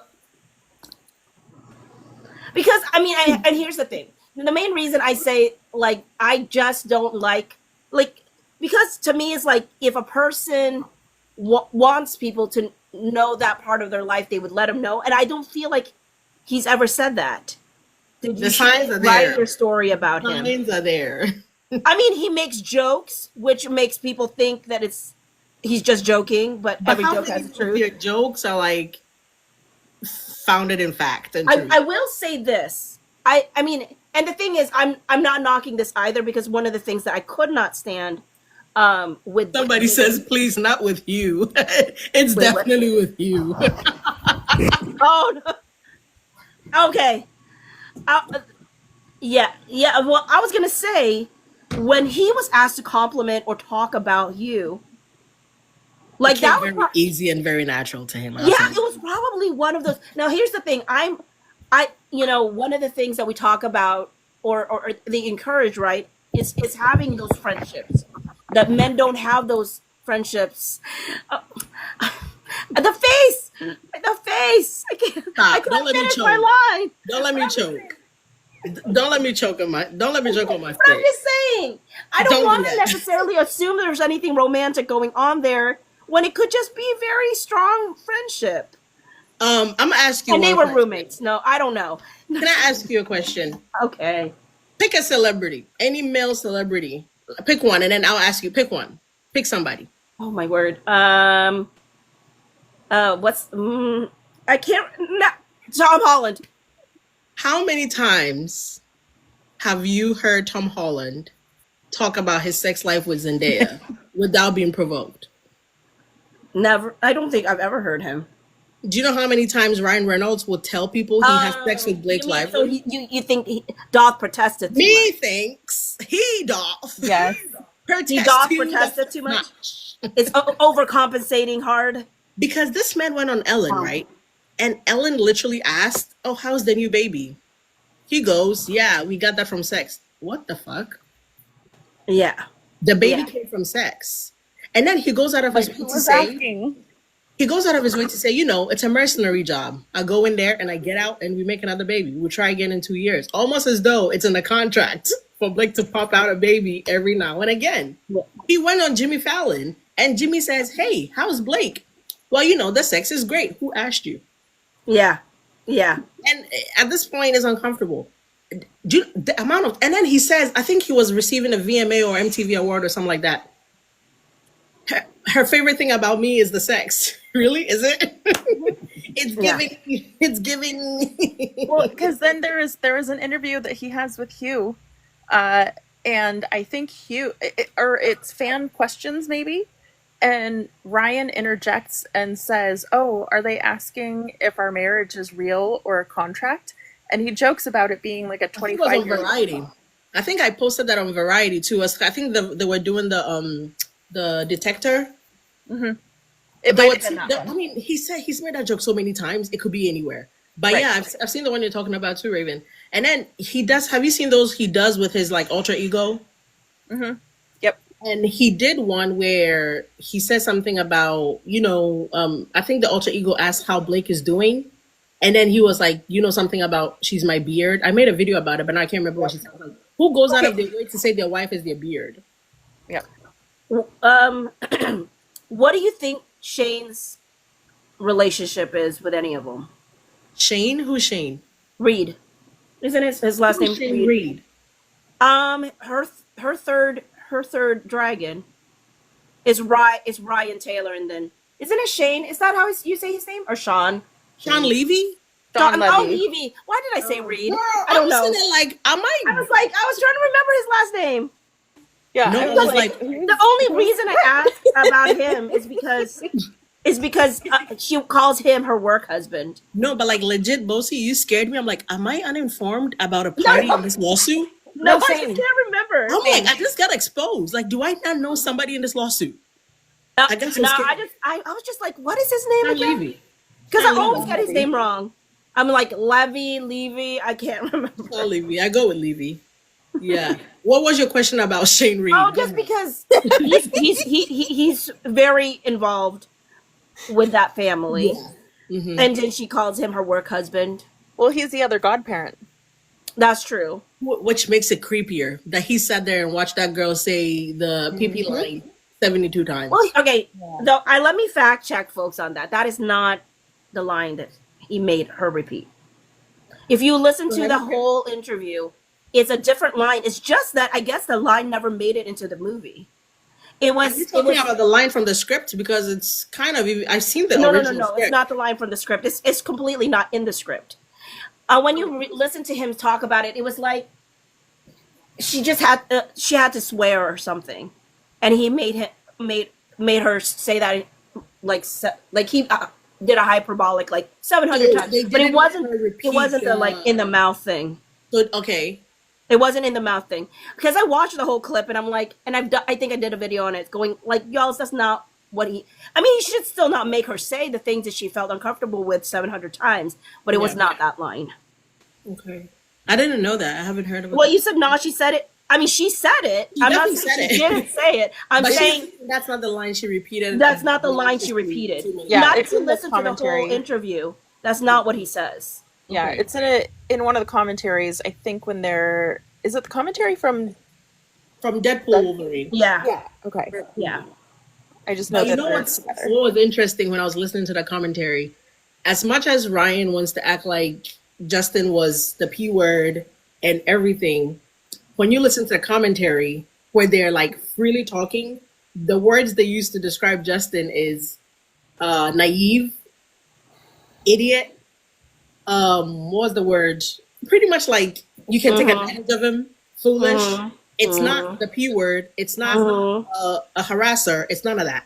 So those were never your true feelings about the man. You never did those things to your wife because, again, even if you were gonna make a character to, make fun of Justin, you wouldn't have made him a bun wearing, feminist, podcast having, I nice, called him nice guy. Nice Or nice guy. fool.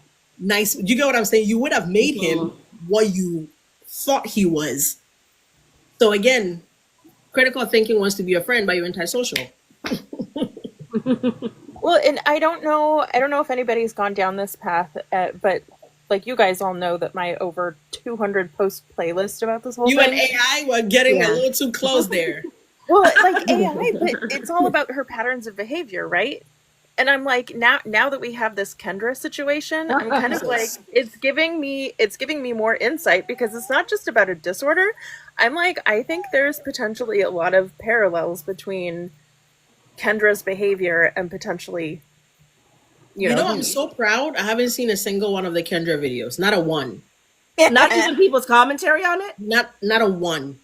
No commentary. Not a one. Somebody came in my comments. I haven't watched somebody's commentary. I know she says she's fallen in love with her therapist. That's about all I know.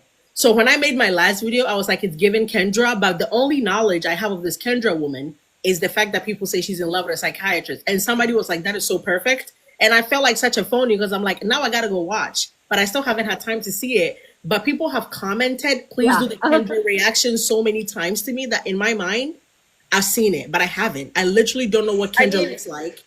Based off of everything that we've seen with this whole situation with her and Justin, you basically know the gist of what's happening. Pretty much is Blake and Justin, but Kendra and the psychiatrist. Yep, that's crazy. Yeah. We can't have two. Like the same way that Blake has been like, oh, he did this, he did that. But then when she breaks it down and explains it, it's kind of like, girl, that's not what happened. Oh, that's a great description of how people experience this whole thing. This is the reason why when they released and requested these things to be unsealed, these text messages, they were going to be like, aha! And then everybody was like, you thought this was going to be good for you? That's what, when I was reading the text messages, I was like, I'm sorry, was this supposed to change my mind? Yeah. Right. They made me more angry. It made me more convinced. I was like, are you kidding me? This man needed prayers to come to work. Sign me up. Like, I'm Team Baldoni. If you were looking for new members to join Team Blake, no. They were like, and when the person was like, he had to be lying because he was asking for prayer on January 2. And he said he was surprised about the January 4 meeting. And I was like, he knew the January 4 meeting was happening, okay? He knew it was happening. He didn't know he was about to be ambushed.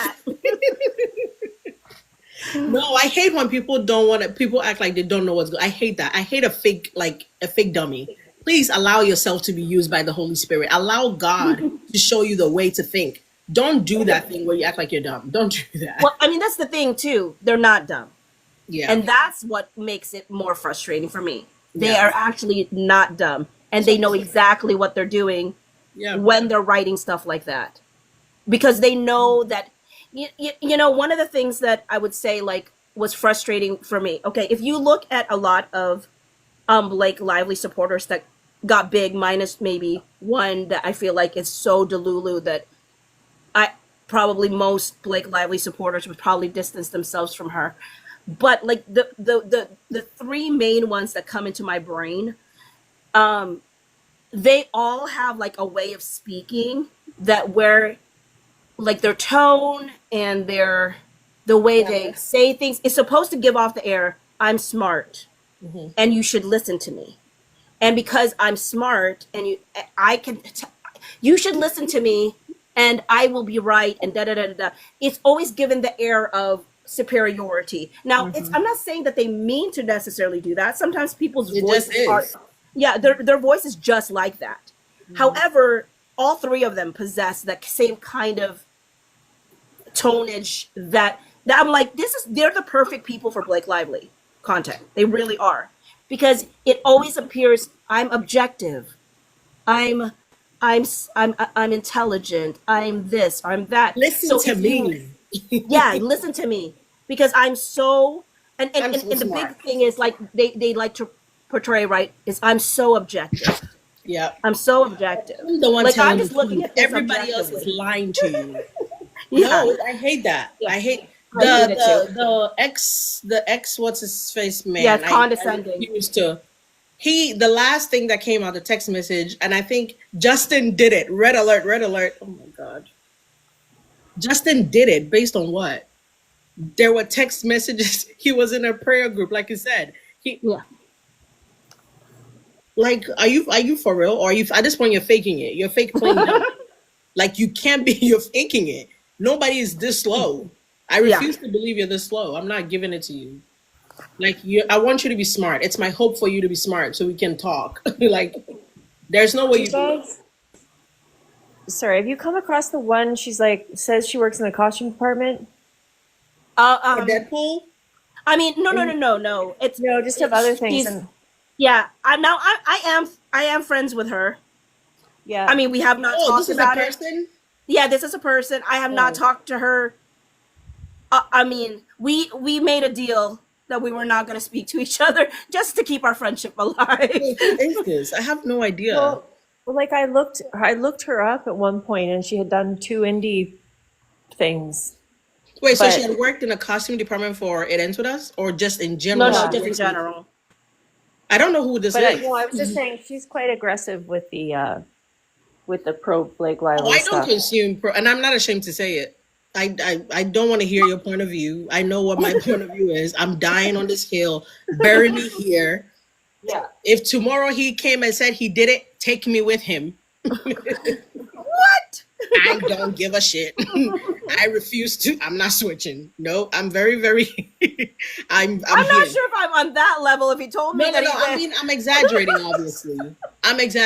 obviously. But what I'm saying is, I don't think I've consumed one single Blake Lively. I'm not even ashamed to say it. Because what am I hearing? What am I listening to? I mean, can read. it can get really I read the frustrating. docket. Yeah. I know what yeah. I'm reading. I know what I'm understanding.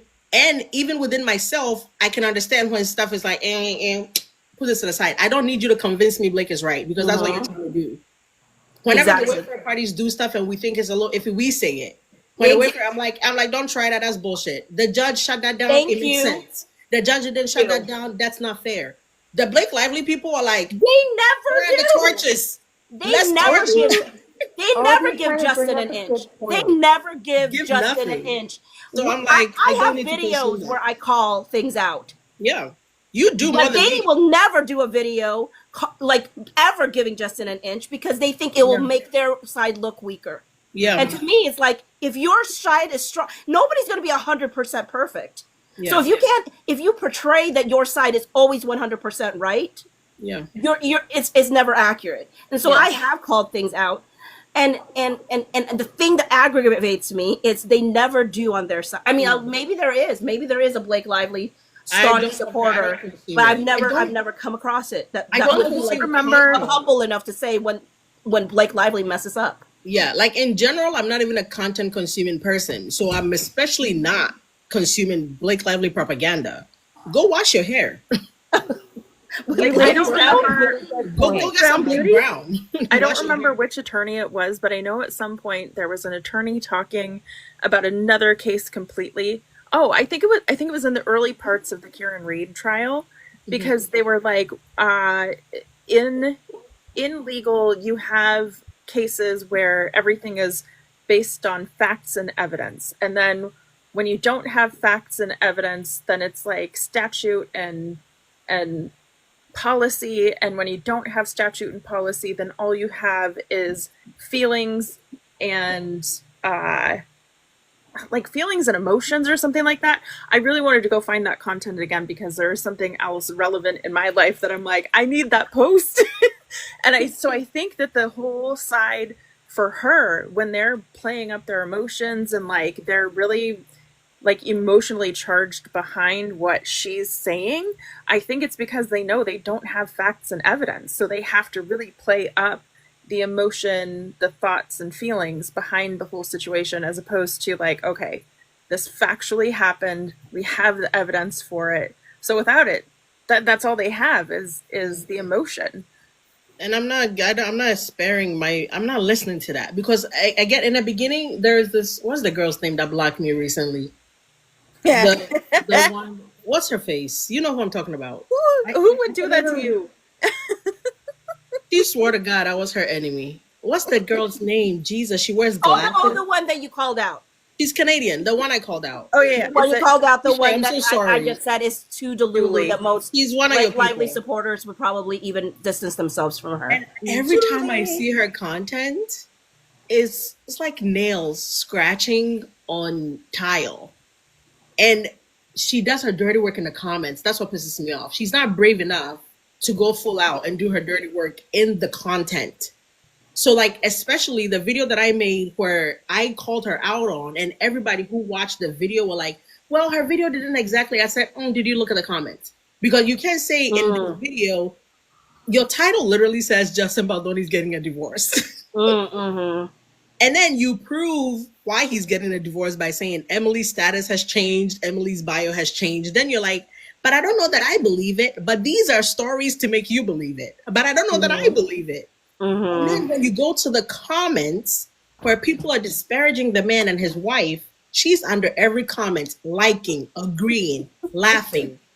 Ma'am, that's an extension of the video. Just because you didn't film your face saying these things doesn't mean when you go in the comments and like them, it's not part of the content. You were perpetrating.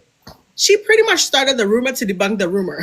Because before she said that, not a single person was walking around saying Justin Baldoni is about to get a divorce. She pretty much was like, Oh my God, you I guys. know Justin Baldoni is about to get a divorce, but I don't believe it. I don't think you should, but I'm telling you it's happening. What? So when I made my video and people were like, I don't like her, but I don't think that's what she said. And then she blocked me. And then apparently she made content about me. So I couldn't see what she said. But people were like, she's talking about you on her page. And I went and I was blocked and I was like, oh, I'm devastated. Like, what the fuck? I don't care. I literally don't care. I don't consume your content. Anyway, the only reason that content came to my mind is when Justin and Emily had wished each other happy anniversary. My brain was like, oh, this lady was talking about them getting a divorce. Let me go find that content. That's how I even found the video in the second place. So I was like, because the first time I had seen it, and then I was like, oh, they're not getting a divorce. Therefore, this goes well with the anniversary post. So for her to be like, that's not even what I said. But then she started deleting her comments. And I was like, I was in your comments, girl. I saw what you were telling people in the comments. You were like, yeah. She was like, yeah, this is stressful on anybody. I can see why they're getting a divorce. And now apparently they can't even afford to live in LA. They're moving to Nashville. What the? Were they living in LA? I thought they weren't even living in LA. They live in Ohio. Is that in LA? California. Give or take. But That reminds me of that song, Stop Giving Men Microphones. huh? Stop Giving Men Microphones. Have you heard that song? I haven't heard. It's a song? Yeah, it's on TikTok. It's by Sarah Hester, I think. She's hilarious. Stop giving some women microphones too. Stop giving men microphones. And honestly, the women too. Take it away. Take it all away. Oh my God. No, but she's crazy. She's a nut job.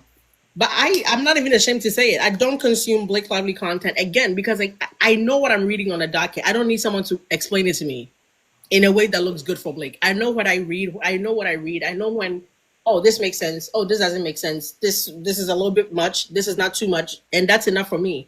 I don't need you to come and tell me why Justin Baldoni is a creep. Okay. Yeah. No, I exactly the same way. When I came in to start doing this content, it was because I was like, basically, I like to read the dockets. I mean, like the items that come out. I'm reading it And anyway. I remember when somebody was like, did a video, and I did a video on it where she had said something to the effect of like, it's obvious that people are not reading the docket. I mean, like the filings or whatever.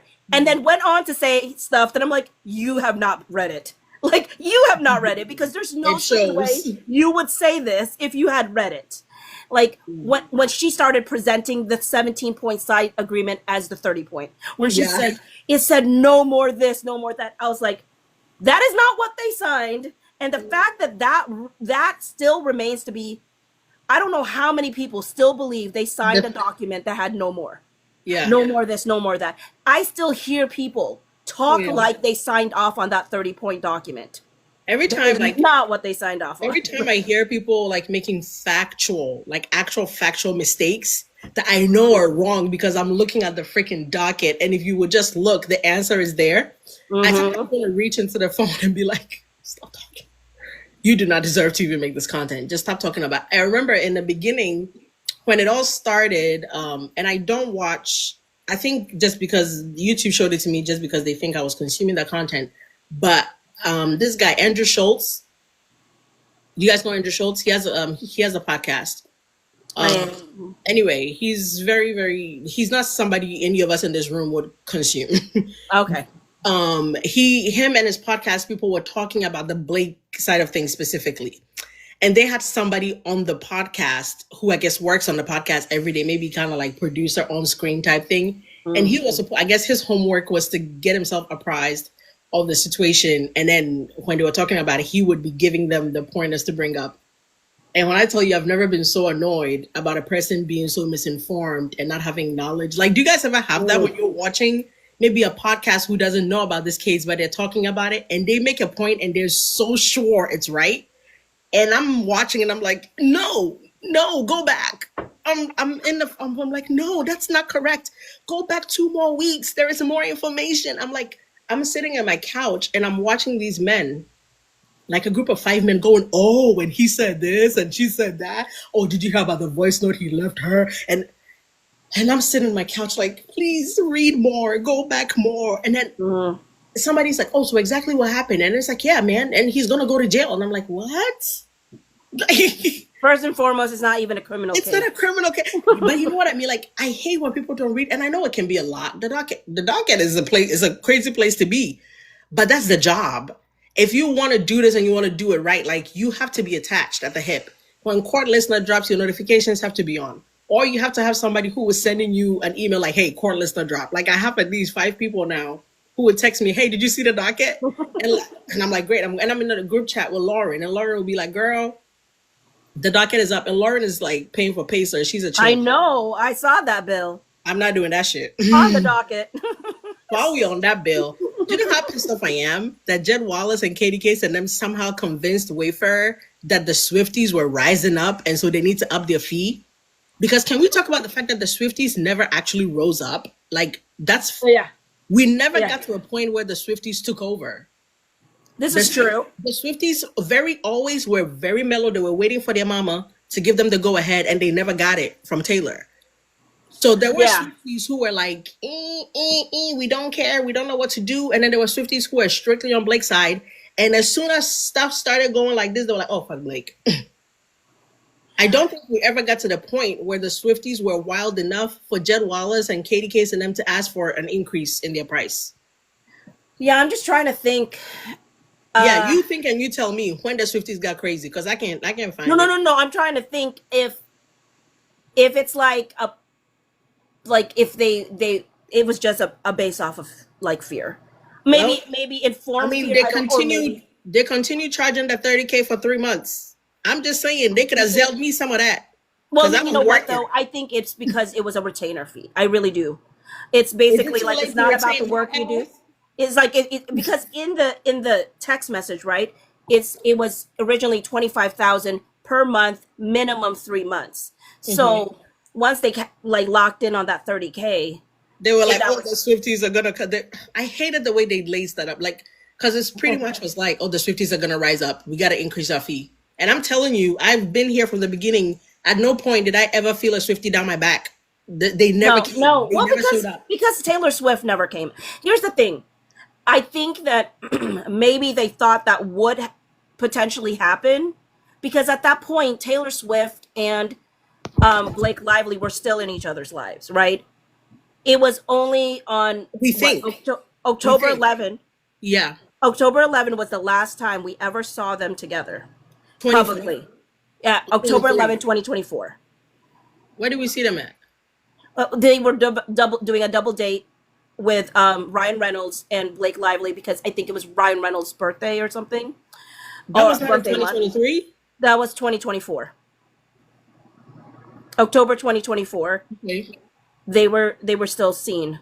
That was the final one. Travis, Ryan, Blake, and Taylor? Yeah. Went on a double date. Okay.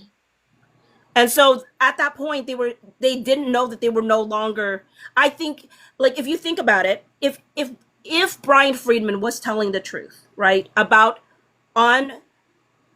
if in February, she threatened her to release like 10 years worth of text, but also had requested her to delete text. And he said about 4 or 5 months before that would land on the final time that like Taylor Swift was ever seen with Blake Lively. So which gives me the impression that maybe Taylor Swift was like, no stinking way am I going to do that. Now that I'm thinking about it, if they were going to dinner in October and she made that album during the Eras tour, unless she went back and made some revisions after everything happened, we might not be getting anything about Blake on the album. And like I've been saying, I actually don't care for a whole song to be about Blake. I would hate that. I would hate if it's a whole song. I wouldn't mind a couple bars. I'm saying this. Her Eras tour ended in December, though. And she also did not come out in support of Blake Lively in December when her other friends came out. Right. But she said she recorded that album in Sweden while she was on the Europe leg of the tour. Oh. In December, October for sure. I could tell you in October she was playing in Miami because she had that 3-day leg of tour in Miami and traffic was crazy everywhere. Like Miami was sparkly. It was like bracelets everywhere. I couldn't stop seeing it. So, but the only thing I'm thinking now is Unless again she went back and she could drop a one-liner.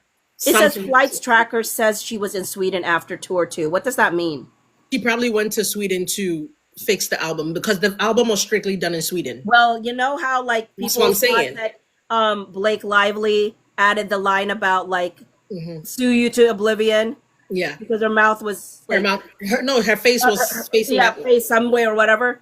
I mean, That's maybe what I'm saying now. maybe But the thing is, Taylor it's an Swift could drop a album. line. She could drop a line on her phone and send it in. So even if Flight Tracker put the fact that the Swifties know where her Flight Tracker be putting her is crazy. But like honestly though, I don't like, and again I'm gonna reiterate, I don't care for the whole song to be about Blake. I wouldn't want a whole song about that. I'm okay with the title "Ruin the Friendship" hinting that could be it, and I'm okay with hearing 1 or 2 lines in a song to hint to that. I don't know that I want to sit for 2.5, 3 minutes listening to how Blake and shit. I'm not prepared for that. I mentally cannot take it. It's not that deep, honestly. Like, just I mean, honestly, it really isn't. Why are we still here? Like, why is she? I mean, honestly, it's not. It could have been resolved a long time ago. They're playing a game of chicken at this point. Had she just allowed the CRD complaint to do an investigation, we probably would have not heard about I this. feel like Bad Blood probably covers like all the bad friendships she could ever have in the past and in the future. I feel like Blake was super covered during the Bad Blood era because it was super tight. Yeah. You know what's wild is Tears Ricochet is about the portrayal of a friend, and that's Yeah. the song she ends up using. And that song did not fit in that movie not one damn bit. That song had no business being in a movie. I think there's a comment down below. As a Swiftie, I don't think any of the songs would be about Blake. I think you're right because she hasn't wasted any time or any of her breath on this. At all. But she to date. also will use her music as an outlet, though. But that's what I'm saying. Like, I don't need a song to be about Blake. I would hate a whole song. I wouldn't want to listen to a whole 3-minute track. I want one line that says, "I hope she finds a new godmother for the kids." And I don't think that she would dedicate an entire song to Same. something like that. She Especially would if She do. only has 12 tracks. And she's still the godmother of the kids. I I don't don't think want she. her to say, "I hope she finds a new godmother for them kids." but I mean, that's too obvious. I think what she would do is something like what she did with "Thank You, Amy." So it would be like not a double entendre, but like there's a double meaning to like the shade that she's giving in the song. So, and not like the entire song is all about it. It's like the entire song is probably a lot of double meanings. And could Do you have truly think she's more still than one. godmother to their kids? I mean, the question think I so. always had was how in the world was she a godmother of a kid that was not like she was not All the like, kids. friends with her yet, and All she the well, kids. yeah, Not no, the that's the thing. boy. That's what, It's yeah, crazy. all the girls that she has are her like god kids, but I'm like, but the first kid came out before she was even friends That's how with. performative Blake is. That shit is fake. I know, Like, that's what I was gonna say. She's the parallels with Kendra. Like this is all coming from the mind of Blake and Ryan. This is not coming from No, Taylor. Mary says, "Is she godmother to Mary? She's godmother to all the female children." Well, even so, would that not also be a manipulation tactic? Maybe. I mean, That's what I'm saying. I definitely He definitely did that shit to manipulate her. Here's the thing, right? Sean, now I remember now that you corrected me, but right, Sean Levy, whatever, is this the one for the boy, and then Taylor Swift for the 3? Because people were like, well, why doesn't you get one? Like, why doesn't you get to be like Because he's so they're close, stepdaddy, but not a they're like, goddaddy. but they're like, it's about what they can get you. Yeah, for sure. Because Sean is like a director. I mean, you is just another actor. No offense to you, but it's no offense to you, but no offense because, but it's what is he gonna get him? No, but I think he was their stepdad. Oh boy. You don't need to be goddaddy when you're stepdaddy. Honestly, Clock it. You Why slid do I that need to in be there, like, and Godfather? then you slid that in there, and then gave us the side eye. Side eye. Why I gotta be goddaddy if I could be stepdad? Are you kidding? He's adopting those kids. They're just waiting for the kids to grow up enough, and then they're gonna find a reason to uncouple, not divorce, uncouple. Blake will still be living in the home because he was living in the home. I wanted to What? say something too. Is it Lacey or Lissy? I'm sorry if I'm saying your name wrong. And I love sourdough, by the way. But anyway, um, I I do know Taylor a little bit. I mean, I when she was younger. Um, and the one thing that I can say about her is that her values are very, very strong. And I don't think that's ever changed with her. And you know, she's had friends who have shown sort of dark sides of themselves, and she's cut them off immediately. Like she doesn't That bitch off. That bitch off. yeah, she doesn't like entertain people who do things that are she considers wrong. You know what I mean? And she probably knows what Blake's doing. And so I just wanted to say that, like, a lot of people say, oh well, she's a billionaire and there's no such thing as an ethical billionaire. Well, I don't believe that she's a different person now. I feel like my I don't know that I don't know her as a person. I don't know what person she was before she had a million versus a billion. I do think there is a point there's a certain amount of money that puts a person in a different bracket of thinking than every other person. And you don't even have to try to be that. You are just that. Do you know? I don't know if that makes sense. Like, you don't have to try to be like, oh, I'm a billionaire now. This is who I am. Why don't you just get to that level? You just become that person. You don't have to try. And I don't mean everybody becomes a specific person, but you just know what things you can afford. And I don't mean money wise. You just know what priorities you get, like what things you can forego. You know what things you can get away with. You know what things you can't get away with. And I think that's just naturally. So the whole ethical billing, I don't care to get into the ethics of how much money somebody has or not. Then you can have the same conversation with somebody who has $1,000 versus $100,000. Like, Who you are shows up no matter how much money you have. no, exactly. Who you are is gonna show up. Like, it doesn't matter how much your tax bracket is not gonna determine that. Now, could you be an asshole a little bit more? Yeah. Could you also be human more? Yeah. I hate that billionaire conversation because it's like we can have the same conversation with somebody who has $1 versus somebody who has $100. So I don't, and then it's like when people say money can't buy happiness. I hate that conversation because money can do a lot of things that can make you happy, but then it's like when you don't, people who have money be saying that shit and it's annoying. Like, oh, give me that shit, give me that shit, and let's see. Like, because sometimes all somebody needs to be happy is to make sure they can get groceries, they can pay their rent on time, they can pay their car note on time, they can pay their health insurance on time, and money can definitely do that. Money can relieve. Money is the reason Blake Lively thinks she could do this shit. Are you kidding me? So I hate when, don't let anybody tell you money can't make you happy. That bitch can. Me and money are cool. If money ever wants to come over here, you're welcome. Come on. I don't think money can make you a good person. That's maybe the point I'm trying to say. Can I reply to Moonstar really quick? Say again? I want to reply to Moonstar. So I was thinking the other day about when I worked with Justin Baldoni, right? And we've talked about this before, but I was trying to think of all the little things, like was there any sign that he could be the way Blake is saying? And I was thinking about even, when the actors come from the trailers and are called to set, and let's say we go do something. Let's say I went to Crafty or I went 10-1, right? Which is bathroom. I went to the bathroom, right? And I'm coming back and the actors are going to set because we're about to rehearse or we're about to block or whatever it is. We move out of the way so that the actors go down the hallway first or onto the set first, because that's just what we do. So I always move to the side and wait for them to pass, and then I go in. And he would never go in front of anyone.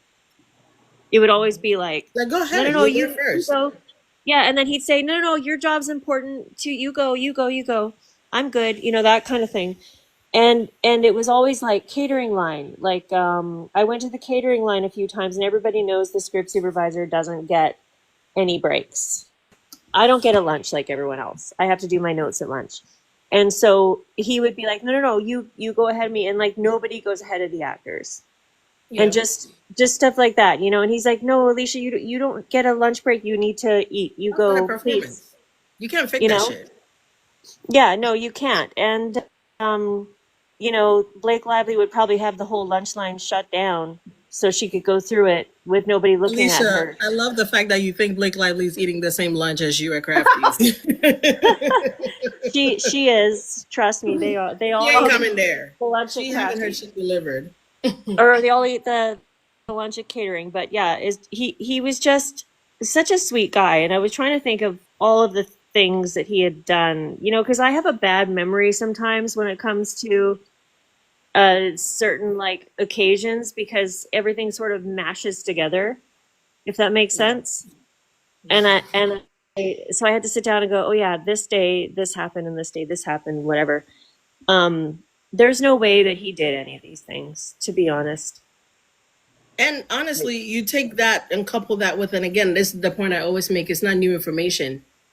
He worked on Jane, a predominantly female cast, where, and not just a movie that's filmed for like a span of 3 months.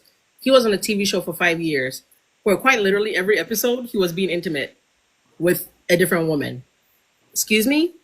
Every episode, mind you. Even the episodes where he was depressed, he was depressed having sex, okay? The man was getting it in. You're telling me Gina Rodriguez, yeah, girl bless. What's this girl's name? Love her. Minka Kelly. Yeah. Minka Kelly was his love interest. The man had so many love interests on Jane the Virgin, I can't even keep up. You're telling me 5 years, TV series, not movie. This man is working every day, Monday to Friday, filming a TV series, and he didn't. His spidey senses didn't tingle not one time, and he just waited to see you out of postpartum, leaking breast milk, and was like, "You're my type. I'm gonna SH the shit out of you." Yeah, here's the thing that I always. Do you feel like it was very intentional? And I did a video on this, that she accused like pretty much all of Wayfarer. Not obviously not all of Wayfarer, because there's other people who work at Wayfarer, but Yeah. Justin, Jamie. I also think she didn't know Justin was a Wayfarer. white man. I mean, She probably thought Justin was just like white passing, and Jamie Heath is like kind of mixed, and is like, yeah, they're not white. I can get away with you know, telling people they did this to me. And then she found out Justin is just a little olive, but he's white. He's a white Baha'i man. yeah. I And don't she's know. like, oh shit. Oh, they're not men of color? Oh shit. Damn. I mean, it's been really interesting how she has handled Jamie differently, publicly Oh yeah. versus privately, right? Because she has, the thing that always got me, and I misread the text originally because I was just so thrown off by how she said this to Justin, right? It was in December, right before the January 4 meeting. And she says to him, hey, like, we can have the meeting at my house. You can bring this person or this person Yeah, or that person or come alone. Yeah. It's okay if Jamie doesn't come. Jamie, Like, I mean, Jamie might be busy, Yeah. and if he is, that's fine. And I'm like, if this is about addressing allegations, Why would Jamie be fine if he doesn't come? yeah, Yeah. because I mean, wasn't he involved in these supposed allegations? Remember, Jamie showed her corn. She's so ridiculous. And you know what I love about Jamie? The fact that for Mother's Day, he posted that entire video on Instagram. I saw. I mean, yeah, I saw And that. I love a Petty King. And Instagram didn't flag it. Go watch it. Oh my God, I love that. I absolutely love that he posted it. So when they were asking for that in the motion to compel, I was like, well, Blake, just go on Instagram and download it. Mhm. I was thinking that too. Like, just go watch it. We then. already shared it. Oh my God. Let me see if I can find that text message she sent for that January meeting. Do you think that why do you think they were asking about the hairstylist employment during, like, when they have the privilege log for the Wayfarer party, and there were conversations about the hairstylist and her employment contract? I'm sorry, I'm distracted. I'm trying to remember. I just wondered about it. I was like, did she complain about something? Oh, because do you think because she wanted to bring her own hairstylist or? No, this was already like long after she's already had her hairstylist. I don't know. Answer. The what? Oh, what is it?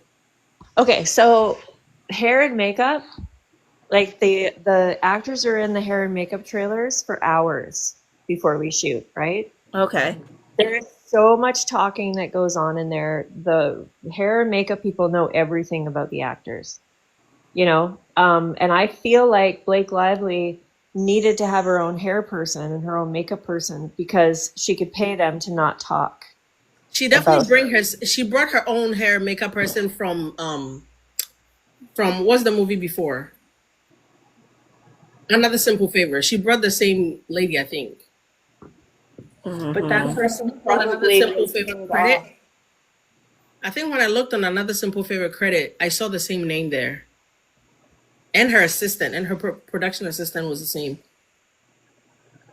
I think that person was probably paid off. I'm just speculating, but it's because I know how it goes on set. Like the hair and makeup people know more about the actors than anyone else. Like, because they hear them on the phone with their families, they hear them, bitching about people. In that chair for a while. Yeah, there's like lots of talk that happens in there. It's like when you go to the hairdresser and you just chit chat with your stylist. You know what I mean? Yeah. So yeah, like often, if I don't know what's going on with somebody or the director doesn't know what's going on with somebody, we will literally ask hair and makeup. Like if somebody comes to set and they're upset or they're, whatever is happening, we'll be like, what's going on with so-and-so? And they'll be like, oh, so-and-so is going through a breakup or whatever, just on the DL. Cause we're, obviously we don't talk about the actors' personal lives that much, but they do tend to know things that everyone else doesn't. I found the meeting request. So December 28th, Lively emails Baldoni to request a meeting at her apartment with him and the team ahead of production on January 4th. So the email says, hey, I hope you and your family had a nice holiday. Why are you starting with that? Like you give a shit. Yeah. We'd love to set the time for a meeting before we start production. We'll be back in town January 4th. That's 3 p.m. work. We'll host in Tribeca. Host as if there was going to be food and drinks and we're kicking it up. You are not hosting. You're about to be raised. Why are you happy to have just you? Like if you would have needed an audience for this. Happy to have just you. Not sure if Jamie will be on set, but he's welcome. Like we're having we're having lunch. Do you know what I'm saying? He's welcome to be berated too. We can also have the whole team blank and blank you prefer. Please let me know on all. Excuse you? So would love to have just you. Mm-hmm. Not sure if Jamie's available, or you can also bring now 3 other people. We're hosting. Is it a kickback? Are we having lunch? Yeah. He set that up to sound like, oh, she used the word host. Would love to have you. That's 3. Very cash. Like we're having brunch. Yeah. Turns out she was about to lay down the law. B. Here's the thing. Why another reason why I've never believed her allegations. Okay. Or if it's true, she certainly didn't tell her husband. Because I was like, how are you going to tell me that Don Saladino skirts over to you and tells you this whole thing, and then now you think that he fat shamed you, which is wild. And it's really interesting because Don Saladino had updated his Instagram to say that after an uncomfortable conversation that he could no longer do this, train him, right? She puts it in her lawsuit and then he deletes it off of the edited Instagram. Yeah. It no longer says it that. But I always said he never said who he had that uncomfortable conversation with. Mm-hmm. He wants you to assume he had that uncomfortable conversation with Justin Baldoni. Mm-hmm. But I'm saying he had that uncomfortable conversation with Blake Lively and Ryan Reynolds, telling him, you better not be his if you want to be our physical trainer, you're not going to be his. You know what? Now that I have the knowledge that I have and the pain that I have from my herniated disc, and Justin had a bulging disc, I could tell you right now, that man had every goddamn right in the world to ask how much she weighed so he could prepare. Mm-hmm. I'm telling you, he had every right. My son weighs like 60 pounds. And when I tell you, that little boy looks at me like he's getting ready to open his arm, like, close your eyes. Go to your father. He could pick you up. I need to brace when I cough, I need to brace myself. When I'm about to sneeze, because like a pinched nerve and a bulging disc, pretty much like a herniated disc and a bulging disc, kind of the same thing. Herniated disc is a little bit more annoying, but like pretty much like anytime you do anything strenuous, the nerve is the disc is spilling out and pushing on the nerve. That shit is painful. Like I literally was just using my Theragun. I'm sitting here and it's like heated and cooling because that's painful. I had no idea when I was reading this in the beginning what a bulging disc, herniated disc pain felt like. I just thought I had regular sciatica, and I thought I was. If this, okay, I want to say something about that too, about asking her weight. Mm-hmm. Okay, so that's a stunt. Yeah. If anything that involves like, you know, physicality like that on set is a stunt. And so there's stunt coordinators, there's people there, there's, you know, people that have to watch people's health, all that kind of stuff, right? They would have asked her weight. That's regardless of him asking directly or not, she would have had to give that up. It's a normal situation completely. Like, it's not like he's just, oh, I'm just going to on the fly lift you up and not have cleared this with anybody. You know, they would have had a stunt person there. And they did it with her body double, which I guess it was fine, but she ended up shutting that down. So they just took it out. Yeah. No.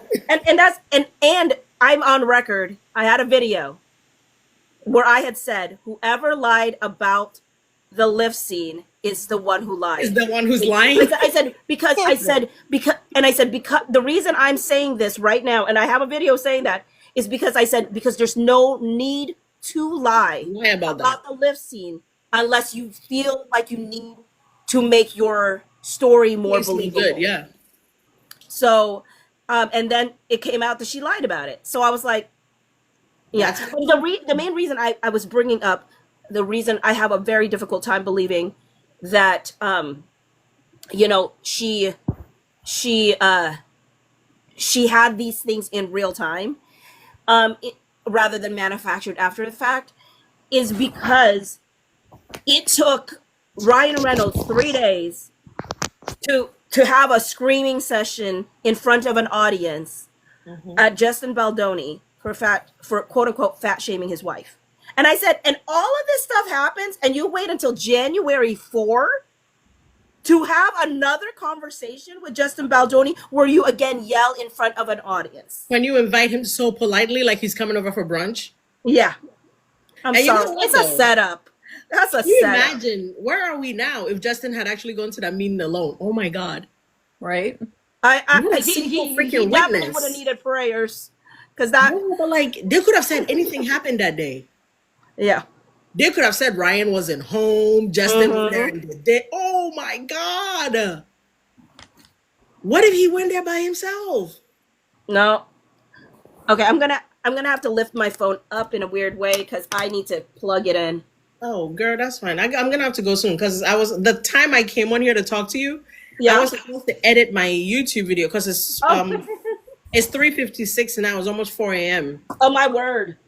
Whoa. I was supposed to hold on, guys. Oh, chill. I was supposed to edit my YouTube video, post it, go to sleep, and then wake up and make lunch because I'm supposed to make like a stew for my son. But I sat here and I kept talking, and now it's 4 a.m. and I can't stop. That's like my biggest problem.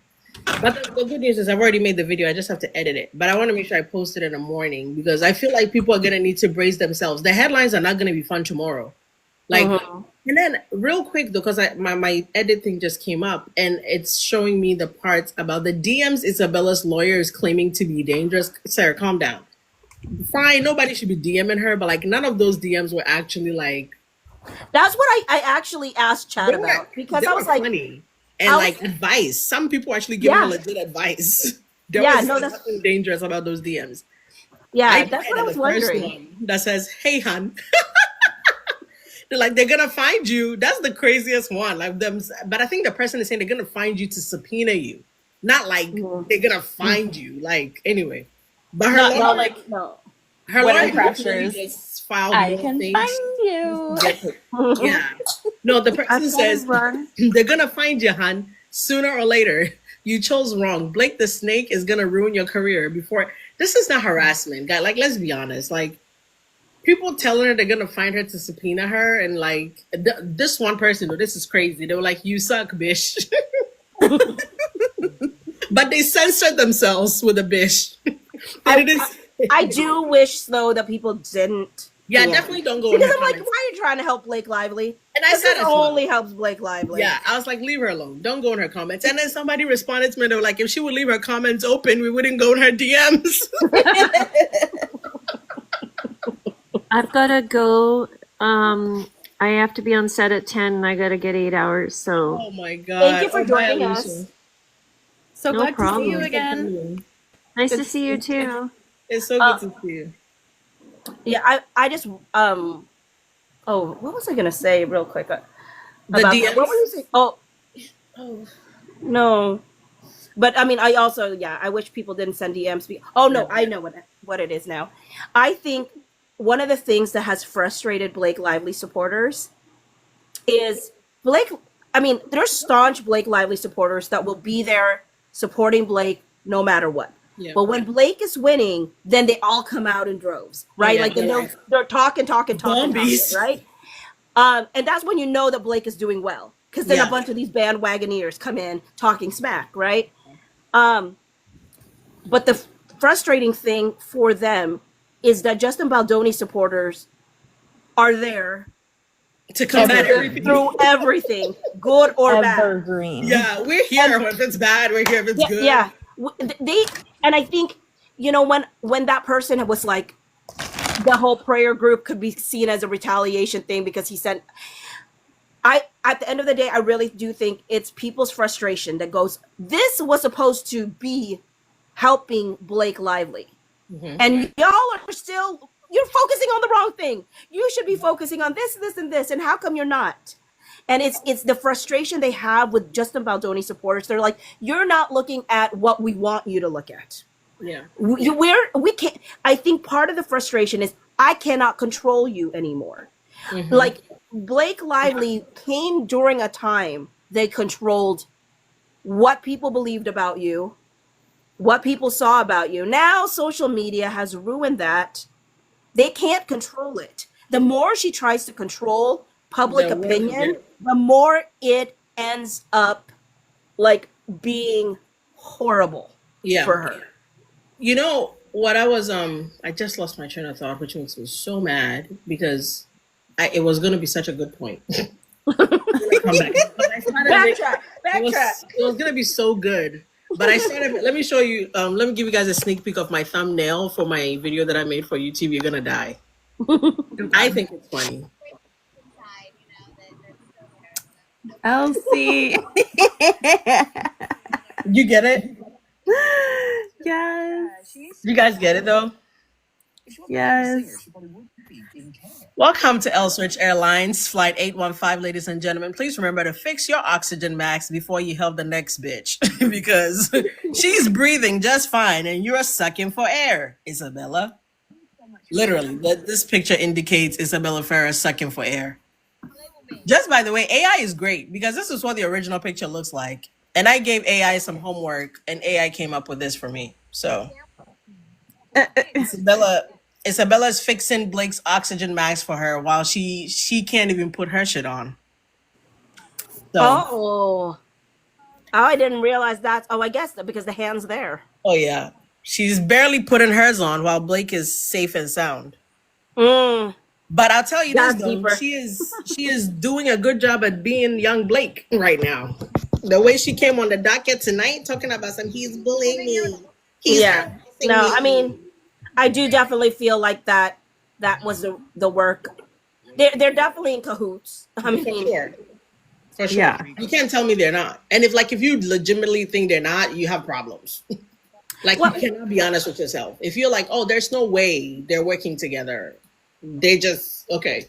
Like, literally, the whole docket sounded like Mike Gottlieb and Ezra Hudson wrote that shit. You can't convince them otherwise. They literally sound like they wrote it and sent it to Isabella's lawyer, like, sign here. mm-hmm. And the fact that she's asking for indemnification from the Wayfair parties, like, okay, you want us to pay your lawyer fees, but you're not complying with nothing. Okay, I guess we'll write the check. Oh, Ridiculous. yeah.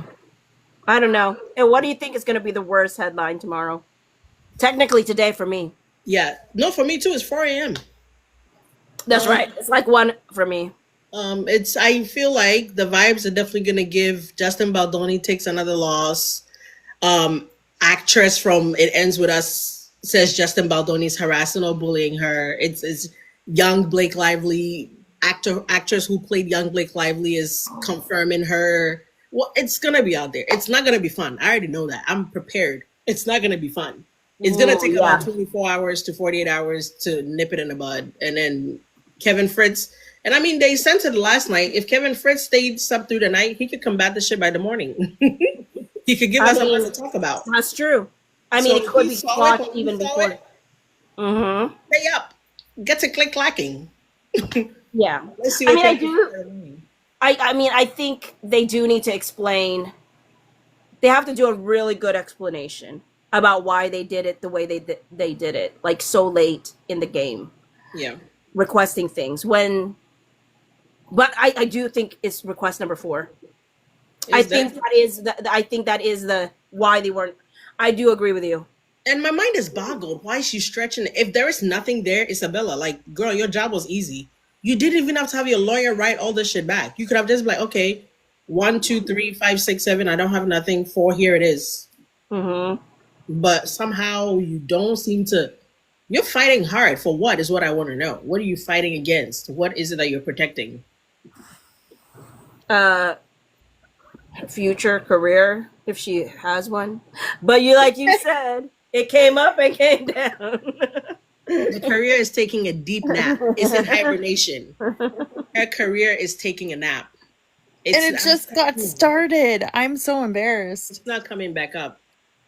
Like, and before this, I'd been making this joke. Probably Wayfair Studios would be the next studio to give her a job, but now I don't see that shit. No. I know Abdul Baha says find 999 negative things, find a 1 positive, but tell Abdul Baha of the Baha'i faith, I'm sorry. I'm not that positive. I can't see it. I can't see the positive. Because even if she gets hired again for another production, like nobody's going to want to, get involved. They're just going to be like, oh, okay. Don't they have like a theater group? She needs to find like a small town and go to like a theater group. Like just go to theater. Leave us theater folk alone. We don't need. Raven. Your town has that, right? What's that? Your town has a theater group, right? Oh, every town does. Oh, she needs to go like on Gilmore Girls and join Patty and them, dance in Patty's studio or something. Somebody will give her a job. It's just not gonna be on nobody's big screen. I'm telling you, she's not. Like the next time we see Isabela Ferrer in a feature film, my child will be getting out of college. And my child is 6 years old. So. Question. See you in a while. That whole indemnification situation that she considered, that she said was Extortion. Extortion, yeah.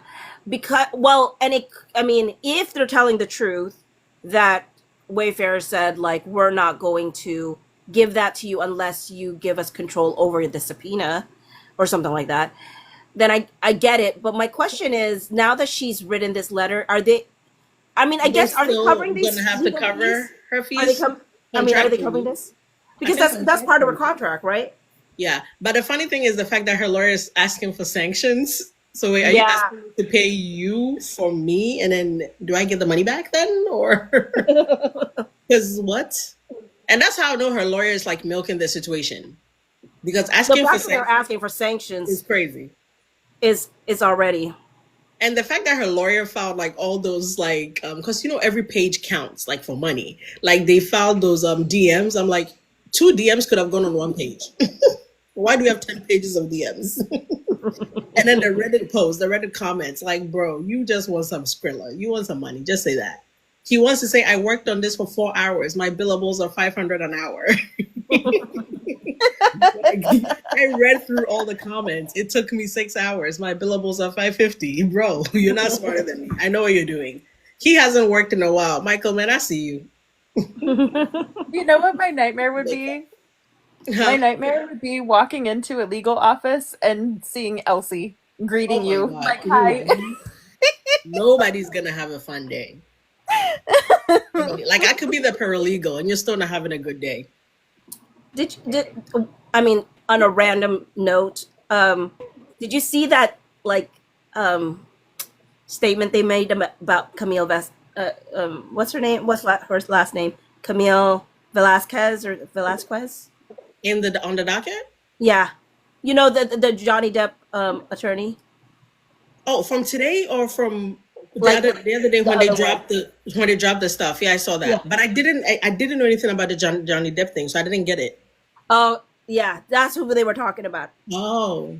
And I was like, dang, she's catching strays. Everybody's catching strays on this lawsuit. We knew nothing about Johnny Depp and the Amberly. What's the girl's name? Kimberly? Amber Heard. Amber Heard. No, here's the thing. I watched the trial. I watched that trial. It was rough for her. The fact that we can watch this is so helpful. I know. I'm going to New York though. I'll be there. Yeah. Oh, it's falling on my birthday, so I'm hoping to make a trip. Wait, day one of trial is your birthday? Oh my word. Yeah. Like Yeah. jury selection? Yeah, I would want to be there, but then I think I'm going to Bali. I'm just kidding. I don't know. But no, the whole trial, I ended up watching the trial. I didn't know that there was this hoopla about this Johnny Depp. I just happened to watch it, and I thought it was intriguing, and I did not know that there was all these like supposed like things happening online about it. I didn't know either. And so all I based my opinion on was the trial, and I was like, this is not good for Amber Heard. Like I went in expecting to believe Amber Heard, and I did not end up believing Amber Heard at the end. Apparently, people got to keep the position. However, I will say her lawyer sucked. Her lawyer was so bad, and I was like, if she had a different lawyer, there was a better fight. Differently. Wait, so you watched the trial while it was happening or after the fact? During the thing. So so it was really surprising to me when people were like, after the trial was happening, like people were like, people only thought this if you were being fed information from. I was like, I just literally watched that trial. I didn't even know, that there was all this drama. But I watched that trial, and the thing that I walked away with is one, they were incredibly toxic to each other, and this like people who compare the Johnny Depp versus Amber Heard to this one, I get why they do it, but it really is not the same at all. And that's why I liked Katie's video, and reposted it. What? Sorry. They were married, no? They were married, so there's completely different dynamics. Yeah. And I plus, think it's just man versus woman. That's the only comparison to draw here. Yeah, and the thing is, they were very toxic to each other, but I think they also like very much hit on each other's traumas. Because I think that's part of it. But at the end of the day, I think what did her in is there were things she exaggerated on, and sometimes people, I think, feel like they need to do that to make something more convincing. And this is what I feel like happened with Blake. That if there's one comparison, I guess, between the two that I would feel valid, is I think that Blake took something that was real-ish and made it something bigger. Yeah. Like it was a real event that happened, but happened. Not in the context that Not in the way she says. Yes. That's what I think it comes down to. And that's why, like, I think she needed to see those. She needed to see the video because I know that I always wonder. Okay, when you said that that Justin Baldoni recorded you and Jenny, even though you didn't say Jenny's name at that time, but we know it's Jenny, without your permission. Like, was that video recording? Was that audio recording? Was that both? And what and why did you take out the line about you colluding? You know, Yes. he thought we were colluding. Take it off of the amended lawsuit. Why? Because maybe you were colluding. I mean, who knows? And now there's the article that resurfaced from last year when Jenny is talking about how she was in love. She fell in love with Blake Lively on the set, and I was like, wait, were you the SHR? Did Blake replace you with Justin? You didn't see there's an Us Weekly article that came out which referenced an Entertainment Tonight. Blake and Jenny were doing like an interview sitting down where Jenny legitimately is talking about how she fell in love with Blake during It Ends With Us. Like, I always knew, like, but I just fell in love with her. And I'm thinking about it, I'm like, was Jenny SHing you and you refused with Justin? Because the woman is sitting there talking, and then Blake talks about how, like, I leaned on her so much. And I'm like, do you need to get a room? I mean, they were both talking, like, legitimately, like, they were the ones having, like, some type of onset something. And I remember I was listening to that and I was like, I'm sorry, but is Jenny the real SHR here? And like Blake is confusing the situation. Because you brought Jenny to your home and everything. You, Colleen. Every time I say Colleen's name, I'm reminded about the fact that she is getting away with a crime. She's getting away with a lot. Getting away with a lot. And it A pisses lot. me off. I was like, who? She got good. She must have good PR. She must have good PR. I don't know that she has good PR. I think Blake just did so much that Colleen got to hide. Like, there was so much to cover about Blake on the daily. Colleen gets to make fucking Pepsi ice cubes. And Colleen has changed her story on how many days she was on set. Right. I'm telling you, she's gone from 3 days to 2. Look at Yeah, it's just like, well, I don't know. I don't know how the long. history of how Blake has so consistently controlled every room that she's been in. Yeah. So like anytime, you know, whether it's posing for a photo or like even having a conversation or an interview, like she interjects on everything and like takes over everything. So I like, I don't know what it is that has these people so in a bind, but then I don't know whose account was it I was listening to today. And I don't know if it was an older post or if it's something new because my algorithm is so all over the place right now. But she was talking about how WME has a much greater presence in the influence of how this is going than because WME was technically funding. In the last documents that came out, Justin was talking about how the WME and Penske was paying for Blake's defense, pretty much. Right. So then as she's talking about their billionaire friends, billionaire friends. It's like, okay. And Which so I'm pissed off. They didn't let Steve Surwitz go on set and tell Blake who the fuck is the boss. Maybe he would have kiboshed it, honestly. That's what I'm saying. But it was not the Baha'i way, even though Steve is Baha'i. They were like trying to remind him Steve wanted to that's tell the her right way to do it. Yeah. But then that's how she got free reign. But sorry. Because had he done it, she would have been like, oh shit, okay. I guess it's not just these boys. You know, there is a man behind the bully. And she would have shut the fuck up and did her job. Go ahead, Raven. I'm sorry. Oh no, it's okay. I am definitely neurodivergent and I am very guilty of hey, hold on. No, because my brain is like, say it because you're gonna forget. And I'm trying to edit while I'm talking to you guys and I'm doing a horrible job. Same. No, if I ever step on anybody, it's just same thing. But because now that I'm whatever, my mind has let go of it. Oh, but like the big pockets, it makes me wonder if, you know, a large part of why these people are just like standing in her corner and parroting whatever she says is because of the deep pockets. Like, are they all in some way bought in by WME?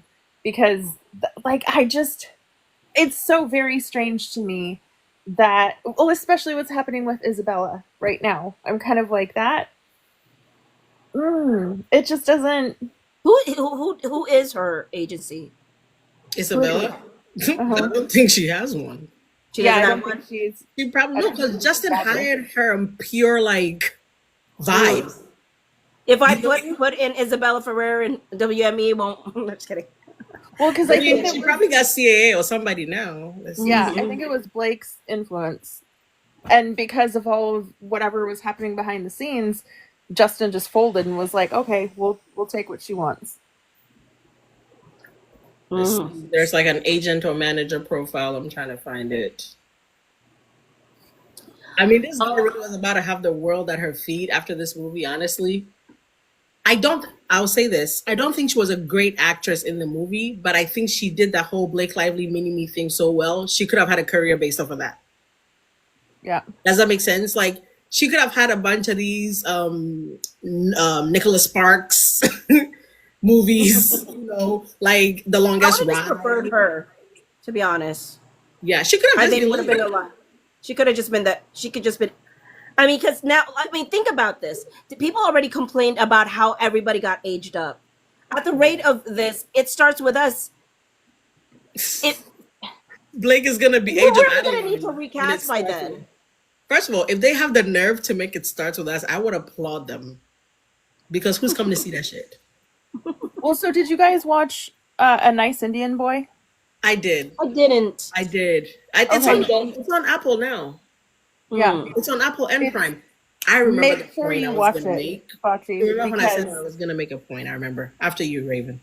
because imagine if so once you watch A Nice Indian Boy, like you're gonna see the magic that Justin can put on the screen. And not only the magic that he can put on the screen, I'm gonna get emotional talking about it, but I was just like, I was literally losing my shit because of the representation. And just because of the humanity that was put onto the screen. And the way that all of the people in this cast were like there was brilliance that was surfaced out of every single person who was in that cast. And it was just like by the end of the movie, I was literally like, Justin deserves so much better.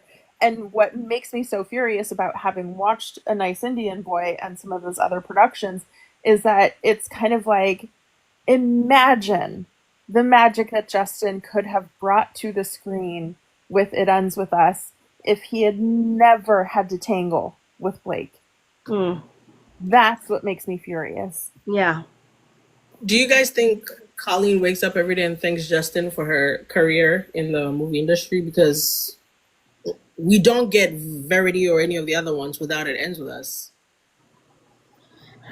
I don't think without Justin's interest in It Ends With Us turning into a movie and the success it saw, anybody else is trying to turn Verity, or maybe they were, but like I would say that if it wasn't going to be Justin, it was going to be somebody else, because Justin came in before it blew up on Book Talk.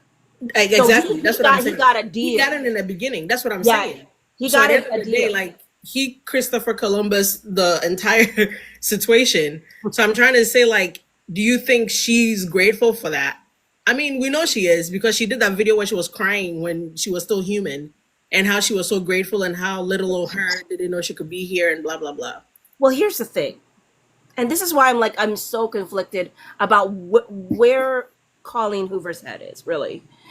The same day that she's having an interview, right, when she's with Blake Lively, she calls the director, or like she doesn't say his In the same name. outfit, she's with Justin, that is Justin. But when she did an interview on the same day by herself, she calls him by his Pink name. dress, right? You talking about Yeah. the pink dress? Calls him by his name and gives him props and talks about why he was the right person to have, this movie. Yeah. So it's like it's the same day. So don't tell me that Blake Lively isn't causing Influencing. somebody to be afraid to speak on him. Yeah. No, Colleen definitely wanted a seat at the fun girls table, the mean girls table, and she got it. Like, that's the clique she never got to be in high school. I swear to God. The vibes always gave. Colleen was just happy to be there. Like, she was so happy to be accepted and was like, oh, even though I'm here because of Justin and Justin kind of put me in this room and Justin is the one who believed in me. Right now, Blake and Ryan are like here now. And if Justin wouldn't even come on board in the next movie, Blake and Ryan would do it. And then what pisses me off too, what you just brought up, when Blake in that interview with her ridiculous floral dress goes, if this woman has her rights to her next movie, I'll go anywhere with her. Yeah. And Colleen knows very well, Justin already owns the rights, just sits there and goes, okay, bitch, why are you laughing? In that moment, why don't you just be like, maybe you don't say Justin owns the right, but like, why are you entertaining the conversation? And I get, as a press junket, you don't have time to explain everything. But Colleen's response wasn't the response of, oh, Justin already owns it, or Wayfair Studios already owns it. It's still with the studio. Colleen's response was like, okay, almost like, yeah, we'll get the rights for you. Because Blake said that, knowing damn well Justin already owns the rights. Because remember, Ryan had tried to buy it already. And Justin was like, not interested in selling. So why would Blake sit in an interview, broadcast the fact that if this woman has her rights for the next movie, I'll go anywhere with her? And then Colleen says, all right. What a right. What bugs me about this whole thing is that it's kind of like, on one hand, I feel bad when I look at the fact that we're in this mess because Justin looked at the book and was like, oh, this is a great book. But what it says to me is he hasn't gone deep enough into learning or understanding trauma and abuse to realize, like, oh, this is a problematic telling of it. And because he invested in Colleen, because then I get conflicted between these two things, because I'm like, I see what Justin wanted to be true, right? But then the reality is Colleen should not have been writing about this topic at all. And the fact that she was willing to come into this project and move with such a lack of integrity, because that, I mean, like, her writing it's such a bad, oh God, if I go too deep on it, like, it's just gonna, like, we could talk about this for days, but it's kind of like Colleen is the absolutely last person Justin should have pursued about this topic. And that's kind of pretty much the reason why we're in this huge mess at all. Because Colleen, if she was moving with integrity, she would have seen the choices that Blake was making and would have put her foot down and drawn a line in the sand. Like, no, we're not going to have these things promoted during the production or during the promotion for this movie. Like, none of these things should have aligned with this. And Colleen should have been the one who could have driven that a little bit more. Like, but because Colleen, when you go down the rabbit hole of why she wrote this book in the first place, that's where you start to understand. Don't get me started. Right? That's how we end up in the predicament that we're in. Don't get me started. Justin had good intentions from the very beginning with why he chose this. Whereas Colleen? So Carol says Colleen Hoover doesn't have power on set. As much as factually fine, she still has some movement on the set. I will say I don't think that Blake Lively could have done what she did without Colleen Hoover's approval. Exactly. Right. I don't think. Exactly. I think that's what convinced Sony. Yeah. That if Colleen Hoover and her are in, like, where Colleen Hoover landed, I think had more power than we think. Yeah. I really do. That's what I'm saying. I mean, he was supposed to be a book bonanza. I know that's her thing, but just that pull away and all of these different things. I still want to know what he said to her on that late spring dinner that made her, because I'm like, okay, if you were Justin Baldoni, why are you going to bring up the allegations? And if it's allegations you're bringing up, what is, like, that's why I had to ask Chad about it. I was like, do you think this is sexual harassment that he would have brought up? And Chad had said the only way that he would have brought up sexual harassment allegations is if, one, he thought it was fabricated and exaggerated, or that he believed it was tied to creative control, and if he believed that she would see through what Blake Lively was doing and side with him. That's the only way that they could imagine that he Brought would it up. bring up sexual Like, harassment. here's my side of what's going on, and listen to what I'm saying. Okay. And assuming Colleen would have been a friend, I think that would have been the mistake there. Assuming Colleen would have been a friend and know who he is and hear it from his side, and I don't think that ever They matured. had known each other Yeah. for 5 years. But that's what I'm saying. Colleen wanted to be at that table with a cool kid so badly. There's nothing Justin was gonna do that was gonna like make her. She could have believed him. She could have been like, "Oh yeah, I know you're not this person, but I'm over here now. I made it. I'm in." With I the think. people." I think there was an allure there because he was originally like I think she was enamored with him By because him he's the first. first one. And then he was like, "Oh, Blake and Ryan, forget you." Yeah. No, Because I but- think she saw the money. She saw the potential. She Yeah. was like, "Well, I tried to make coloring books and nail polish with a DV movie," which I still can't believe y'all let her get away with the nail polish, because you guys let her like shut the coloring book thing down. But the nail polish is still going strong. Very, very weird. Nail polish DV theme, weird, but okay, get your money. And then she's like, Blake is doing booze. She's marketing my movie, my book with her booze. First of all, substance abuse, DV, SH, they go together like this. Mhm. But yeah, let's let the lady do her booze and Yeah. her thing. And the funny thing is, the shampoo and stuff could have even been fine had some of the proceeds gone to women shelters, or just donate a bunch to women's shelters. The shampoos and conditioner would have been perfect for women's upkeep to make them feel good about themselves. The booze was so out of left field and never made any sense. No, and I mean, I think I made a post probably around the 100 mark of my playlist, but I was just like, honestly, if Blake had played it, if Blake and Ryan had played it to the power of survivors, etc., they could have Would have been done fine. promotion for They could Blake. have gotten away with it. And imagine if they had invited in, what's the name of the organization that they cut out? No more. NoMore.org. If they had invited NoMore.org to come in and bring a group of women that were survivors and been like, Get your hair hey, done. here's the premiere of Blake Brown. Like, let's give you a night of pampering makeover. and glamour so It's you so can go stupid. to the premiere.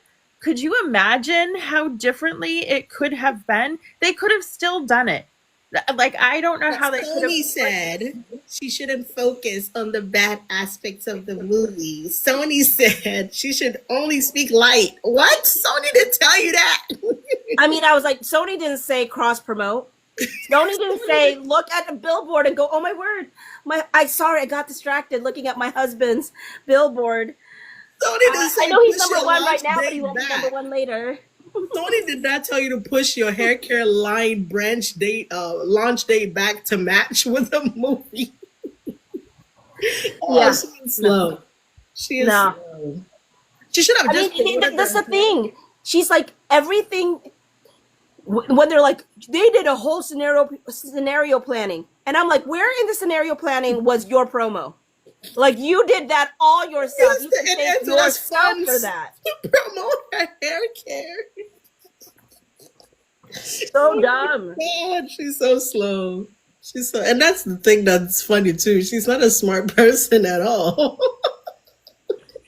I don't know. I mean, I don't know. I don't know if she's not smart more than I feel like she really lacks self-awareness. She's not smart too. It's just Self-awareness. She's not smart. I don't see it. there's different kinds of smarts, but I mean, sorry, there's no trying to find the one positive, but I'm just saying. You have the Baha'i faith now. They're gonna teach us. But it's a great thing that they're teaching with the one positive. With 999 negative, one positive. That's a lot of balance. Look at the one positive is over here hanging on. to Blake's negatives, like, oh, don't fall. No. Like the reason I keep saying she's not smart is I've heard the woman speak. She cannot string two sentences together. You can say that lady's not smart. Feel free. They're not gonna sue you. She cannot string two coherent sentences together. But and here's the Actually, there was one. Okay, the one positive. There was one positive coherent. There was one in like one. Give up like the fight. Award. Give up the One fight, award Pachi. thing. Wait, There was when one she award was talking thing about the that she got. kids. And she did this really moving speech about her husband. Or That was a teleprompter. Yeah. okay, I know. It was I pre-written. know, but she read it eloquently. Barely. One positive thing. They probably had the fonts this big. Each word, they were like, don't mess up. The fonts were this big. They were like, make sure. Because I feel like if Blake had to read, I don't think Blake has ever read a thing on his docket. No, I don't think she has. I don't think she's ever read anything her lawyers have even written. I think her husband. but and she, the but they lawyers are back very there. much an extension of her. Yeah, I think her lawyers and her husband are back there, like telling the lawyers what to say, and they're writing it. But I don't think she knows what the documents actually say. If Blake had to read the way me, Lauren, whoever reads these, she would lose her place. Like, because we know she's not reading these scripts. That's why she does so many rewrites. Yeah, she tries to regurgitate Ryan's humor for sure. What movie do you think she did 120 pages? Not a of? one. I Age of Adeline. Didn't you do a video on that, Raven? yeah, Age of Adeline. What but was Age of Adeline? I went back and I tried Because to watch AI it. found It is consistencies with their writing It style. is so painful to watch because then you think like every time there's a cringy line, it's like that was her. That was her. That was 4,000% her. Oh my god. So it was for Age of Adeline? Yeah. How did you know? That's why Harrison Ford did has you a find love out? for her too, probably. It's because like Harrison Ford can't stand her after that movie. That's And what then- I'm saying. Oh, really? Has he And done? then I on top told of you it- in the beginning of our live. I told you I Harrison. mean, yeah, you did, but I mean, like, did he do interviews about it? I mean, I think he at least made a comment during I don't know, like I don't know if it was a red carpet thing or something. I know he's at least made a comment that the people were like, oh. and it's Harrison Ford. He likes everybody. If he doesn't like you, you're the problem. Yeah. Mm. I mean, honestly, like, could you? I don't know. Imagine the type of people that Harrison Ford has worked with. And you, Blake Lively, think you can rewrite lines in his movie. Right? But like also think of the people that he's worked with, and like I've never heard him super vocal about not liking somebody. But then she's the one who presses his button. That's saying something. Like, Yeah. And I remember, like, in the beginning of this, when the Harrison Ford thing came out, I looked up and Blake had done an interview. This is how, again, she's not smart. She's like, she said something to the effect of she watched all the Indiana Jones movies before she showed up to set up Age of Adeline. Bitch. You hadn't seen them before? You're an actress who is not equipped. an actress whose parents were in the industry. Her movie knowledge, her filmography knowledge doesn't exist. None. Who is showing up to the set of Age of Adeline the day before and just now watching Indiana Jones? All three. You're binging them one night before you meet Harrison Ford. How fake? How you even gonna remember anything? Like then what? As soon as you meet him, oh, I loved you in Indiana Jones. I watched it last night. All three of them. What? I'm sure Harrison Ford was like, "Does she have to be here for her part, or can we just beam her in?" Oh my god, that's not a smart. Can I talk to a tennis ball? No, seriously. Like every time I hear her speak, it's like I'm waiting for her to get to the. I'm like, okay, That's true. That's true. I want to finish the sentence so badly, but she's not. And just when I think she's about to land, oh, Mm-mm. Like, Yeah, no. it's a It's a U-turn. run-on sentence, but there's no comma and there's no parentheses. It's literally just one continuous sentence that like has no other punctuation, and you're kind of like, I don't know if we finished the thought or if we ever closed the point. I think too, though, that she hung around Ryan long enough to start to think she's funny. Yeah. I think she's been around Ryan long enough to think she has his humor, or she truly believes that's who she is. Because whenever you hear her trying to tee up a joke, it's the same setup, it's the same cadence, it's the same waiting. There's a question in the chat that I just saw. It says, "Have we ever seen a copy of the actual marketing plan?" No, we've only seen the talking points. Yeah. And we've seen we saw the talking points from Blake Lively's draft complaint. It was Exhibit D, or C. No, I think it's D. But anyways, but then we saw the other version that was from Justin Baldoni's lawsuit, and it was pretty much the same, except some things were moved in different locations, and also she removed certain parts that was not. I mean, I don't know if she was the one who removed it, but there were certain parts that was in the original version that got removed. Yeah. Do you guys remember when she was like, she's like the mafia, she's not going to charge them for the marketing, then she sent the invoice? Oh yes, yes. I wonder how much. I wonder how much maximum effort got paid on this situation. Right. And you know what? I bet she did. She probably thought like the number would be small, and then she like saw how much they spent, and she's like, "Oh, oops!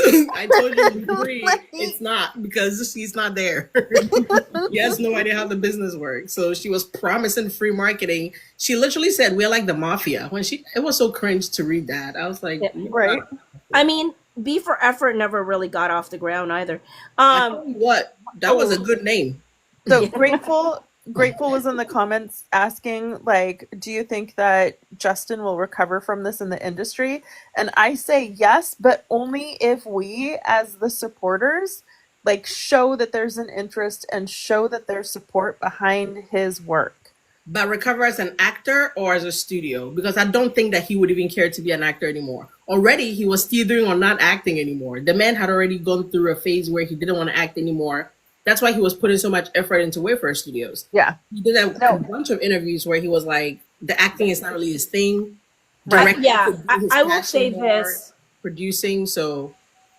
I will say this, that I think that he will be fine as long as as Notorious Raven said, right, that if we support him. However, what I will say is Justin's vision, as he has verbalized it over and over, is he just wants to be of service. Yeah. And whatever service means to him at this point, I don't know. But that's why she can never take away.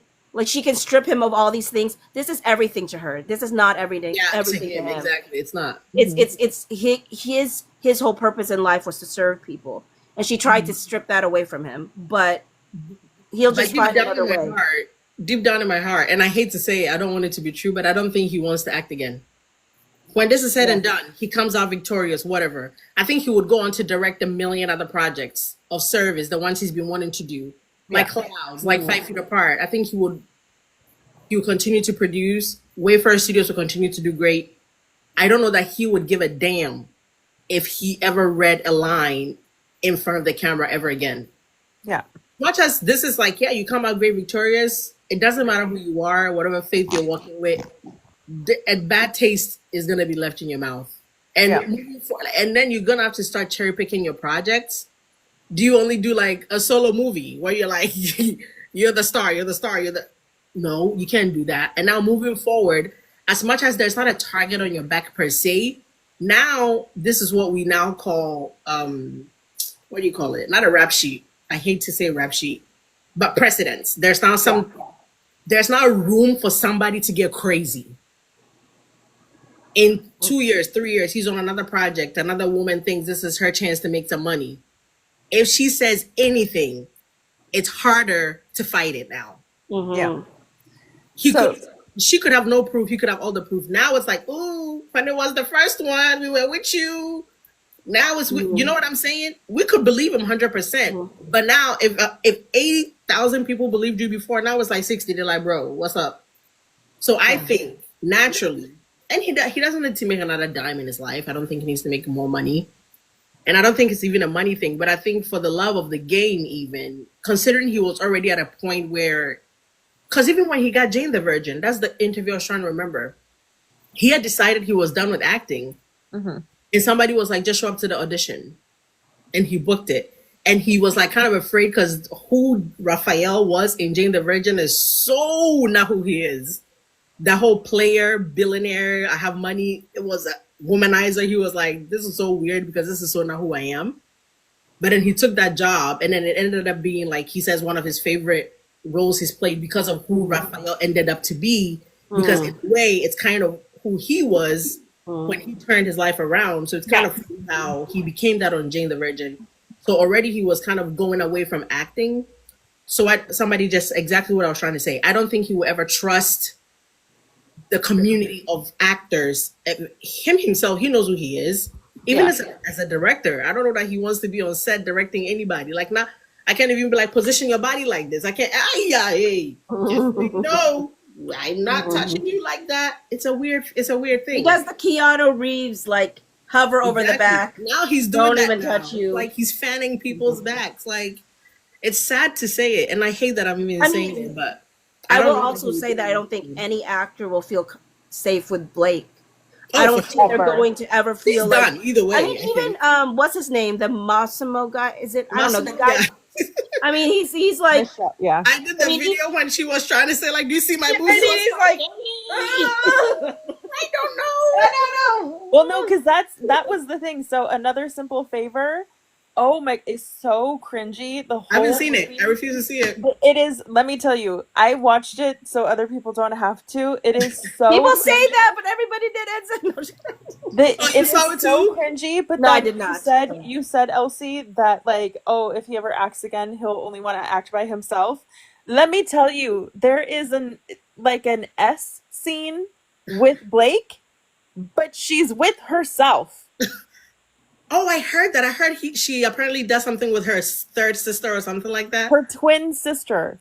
So it's apparently they were triplets. Or yeah, whatever. I don't like. That's I how heard, forgettable yeah. the movie is. Yeah, he's gonna have to have intimate scenes by himself. Yeah. So she was doing stuff with herself in the scene, and the way I was absolutely dying because I was like, I know this scene happened because nobody wanted to act out this scene with her. Like, that's crazy. The director was like, wild idea. But I know you were planning ideas. They're like, I know that we said this was gonna be with this actor, but what if we're not available? Why don't you? It's just you. Like, it's okay for you to fall in love with yourself.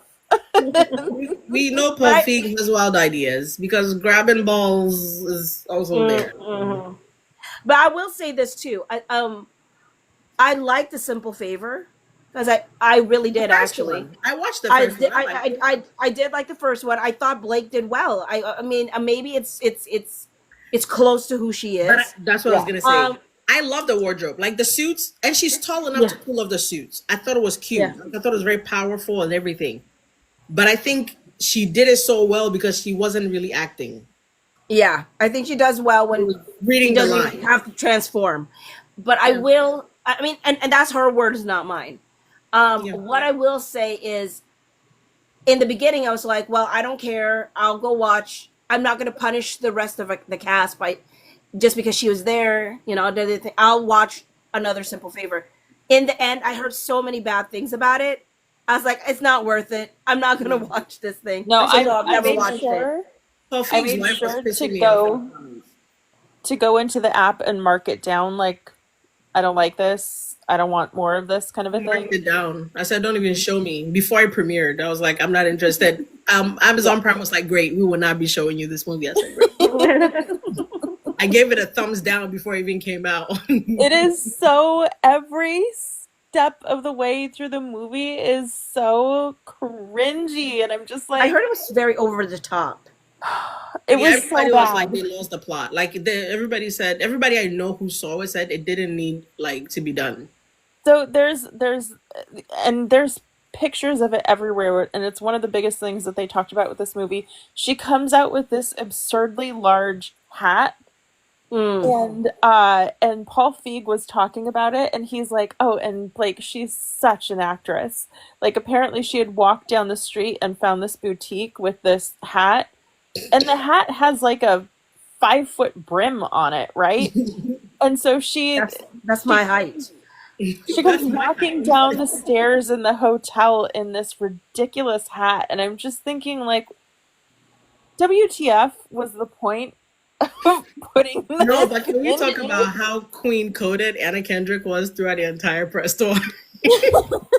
Anna Kendrick deserved every flower because she made sure we got all the hints. She does not fuck with that girl. She's like, I do not get it. She's like, I just did you see showed that up and did the interview job. with what's his name again? Massimo? Henry Golding. Oh, Henry And Golding. they were asked the question like, if there's rumors of like a feud in a like how often is it most likely true or something like that? Is it most likely true or false? And then it was the paddle thing, and he's like, true. He's like, I'm not wasting time. But yeah, no, I mean, so wild. I got sidetracked with that point. I was gonna say a different point, but that point came in my brain. I'm trying to edit this without sound. Oh, No, the video was 57 minutes. I've edited it down to... I thought you were making a Blake Lively joke. No, I'm legit editing my YouTube video. No, but without sound. I thought you would definitely. So I started at 55 minutes and I've edited to 40 minutes without sound. That's talent. I cut out a good 15 minutes. No, but I can see, I'm reading my lips and I can see when I take a break, I can see when I'm cracking my back and I'm cutting all those bits out. And then when I'm done, I'm going to actually. That's so good. All I do is just sit here. No, I like the YouTube because I like to explain things in detail, but nobody has the attention span on TikTok. So typically what I do is I make the YouTube version first. That way I get all my thoughts out. And then when I'm done, I pick whatever I like from there and I make the TikTok version and I edit that. And I make sure I post that one. And then I post the YouTube version. Because the reason I even started YouTube is because I made a joke one time about the fact that I make long videos and I cut it down to 1 minute. And everybody was like, no, we want to hear the long thoughts. And now I'm almost at 24,000 subscribers. And I'm like, how? How are you here? So, and I like talking anyway. So I make the long one. And then when I'm done, now I have everything on film. So I would just pick out the things that are important. And I make like the bullet point version on TikTok. And then I edit and post this by the morning. It's almost 5, so I have to make sure I edit it. I try to post it by 7 or 8. Sometimes which reminds me, I do need to 10 minutes more and then I'm gone to sleep because I have an 8:55. No, it's almost what time for you guys? 2? Yeah, it's almost 2. So I was like, I like to end at I don't want to end to I just do until 2. Elsie doesn't sleep. I do. I just don't sleep long. I can't sleep. What do you call it? I'm a napper. But I'm also. I would love to go to bed at a decent hour and wake up at a decent hour, but I can't because of my back. Like I can never sleep like a full 4, 5, 8 hours. Like my herniated disc be flaring up, and you sleep for 2 hours, that shit is kicking in. Oh. So. Yeah, and then my son always ends up in our bed. Anyway, right now he's in our bed. So I'm like, I might as well, you're not about to kick me out of my therapeutic. So have the bed. While you're asleep and the house is quiet, I'll make my video, no running around, no screaming, no nothing. And then in the morning, he gets up, he gets ready to go. I eat something and I go to bed. That's why I was telling you earlier, if something comes on a docket while I'm asleep, I'm screwed if nobody wakes me up. Or I'll just have to post it in the evening when I'm going to pick him up or something. But now I'm pretty much I work at night. Almost I make my videos at night and then I sleep during the day. But even during the day, I can never sleep a good couple of hours. I will go to bed at 8, 9 and I'll wake up by 11 and I'm good for the day. I can run on 2 hours of sleep. I'm good with that. Dang. I thought I was bad because I would run off of 4 hours of sleep. No, even 1 hour sometimes. If I go to bed, wake up 1 hour, I'm good to go. And I'm fine. And I don't need a nap throughout the day. I think I say I'm a napper, but not throughout the day. I cannot lay on my couch. People who lay on the couch and sleep, I'm so jealous. It has to be dark if I'm sleeping. Like I cannot sleep with my windows open, bright lights on the couch during the day. I can't. I have to go in the bedroom, shut the blinds, cold, turn the fan on, turn the AC super cold, get under the covers, and then done. Can you like take a nap with your windows open? Hmm. Only now that I have long Why is it COVID. so bright? Like I need the room to be cold and dark, and I need to feel the monsters coming out of the closet. Like, come and get me. Come and get I me if was you can. I You was know not what? a napper until now that I have long COVID, and now that I have long COVID, it'll be like because before COVID, I was never a napper. Like you knew I was sick or hungover if I napped. Like Mm, that I never. It was like once I'm awake for the day, and yeah. not until night do I go to Yeah, sleep. But now yeah. that I have long James. COVID, I'll like I will literally fight it. I'll be like, no, I can stay awake. I can sit, and then I'll sit down somewhere, and I'll be like, oh man, this is really comfortable. Yeah. I was saying the same thing to my husband the other day, and I was like, I don't remember the last time I went to maybe high school, honestly. Even college, like I'm a night person. I like to do my homework at night. Like, for example, if I had a test tomorrow morning, people who wake up to do homework, who are you? Survival naps. Like, I can't. Like, I would oversleep. Like, I would psych myself and oversleep.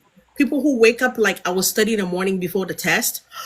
How? What if you wake up late and the test is in 5 minutes? You're screwed. So the Yeah. way I always did my stuff, it doesn't matter if like my test is at 8 a.m. I would stay up till 6 studying, take a shower, go to bed, and wake up at 7:30 and run to class. Then go to bed early and wake up early to study. Because who the fuck is waking up crust in the eye like from the anther to the stigma? The cells went to the and the microeconomics. I could never wake up and study or wake up and do homework. I would rather stay up, get everything done, pack my bag, leave it by the door, go take a shower, go to bed at like 6 a.m. and rush to go to class at 9 than to go to sleep and wake up early. I could never do it. Yeah. As much as I can get 4 times in the night. Oh, and I just learned about sleep debt. Did you guys know about sleep debt? I mean, I think I know. Like What do you mean? like When it even if builds I up. can go to like 1 hour of sleep, like every couple of months, every week Yeah. or whatever, I would get super tired where like I could sleep through an alarm, I could sleep through a phone call, I could sleep Mm, through you breaking into my house. And I was like, yeah. what the hell is that? Why am I so, and they were like, it's sleep Because debt. you're Like building it up. your body Mm. has built up you. Oh, interesting. They're like you're in the negative of sleep. So once you close your eyes, sometimes your Oh, body can no, just you just made me have it now. made you I'm like, oh, I gotta pay my debt. like, you know what? It's a good thing. Like I'm way on my phone way too much.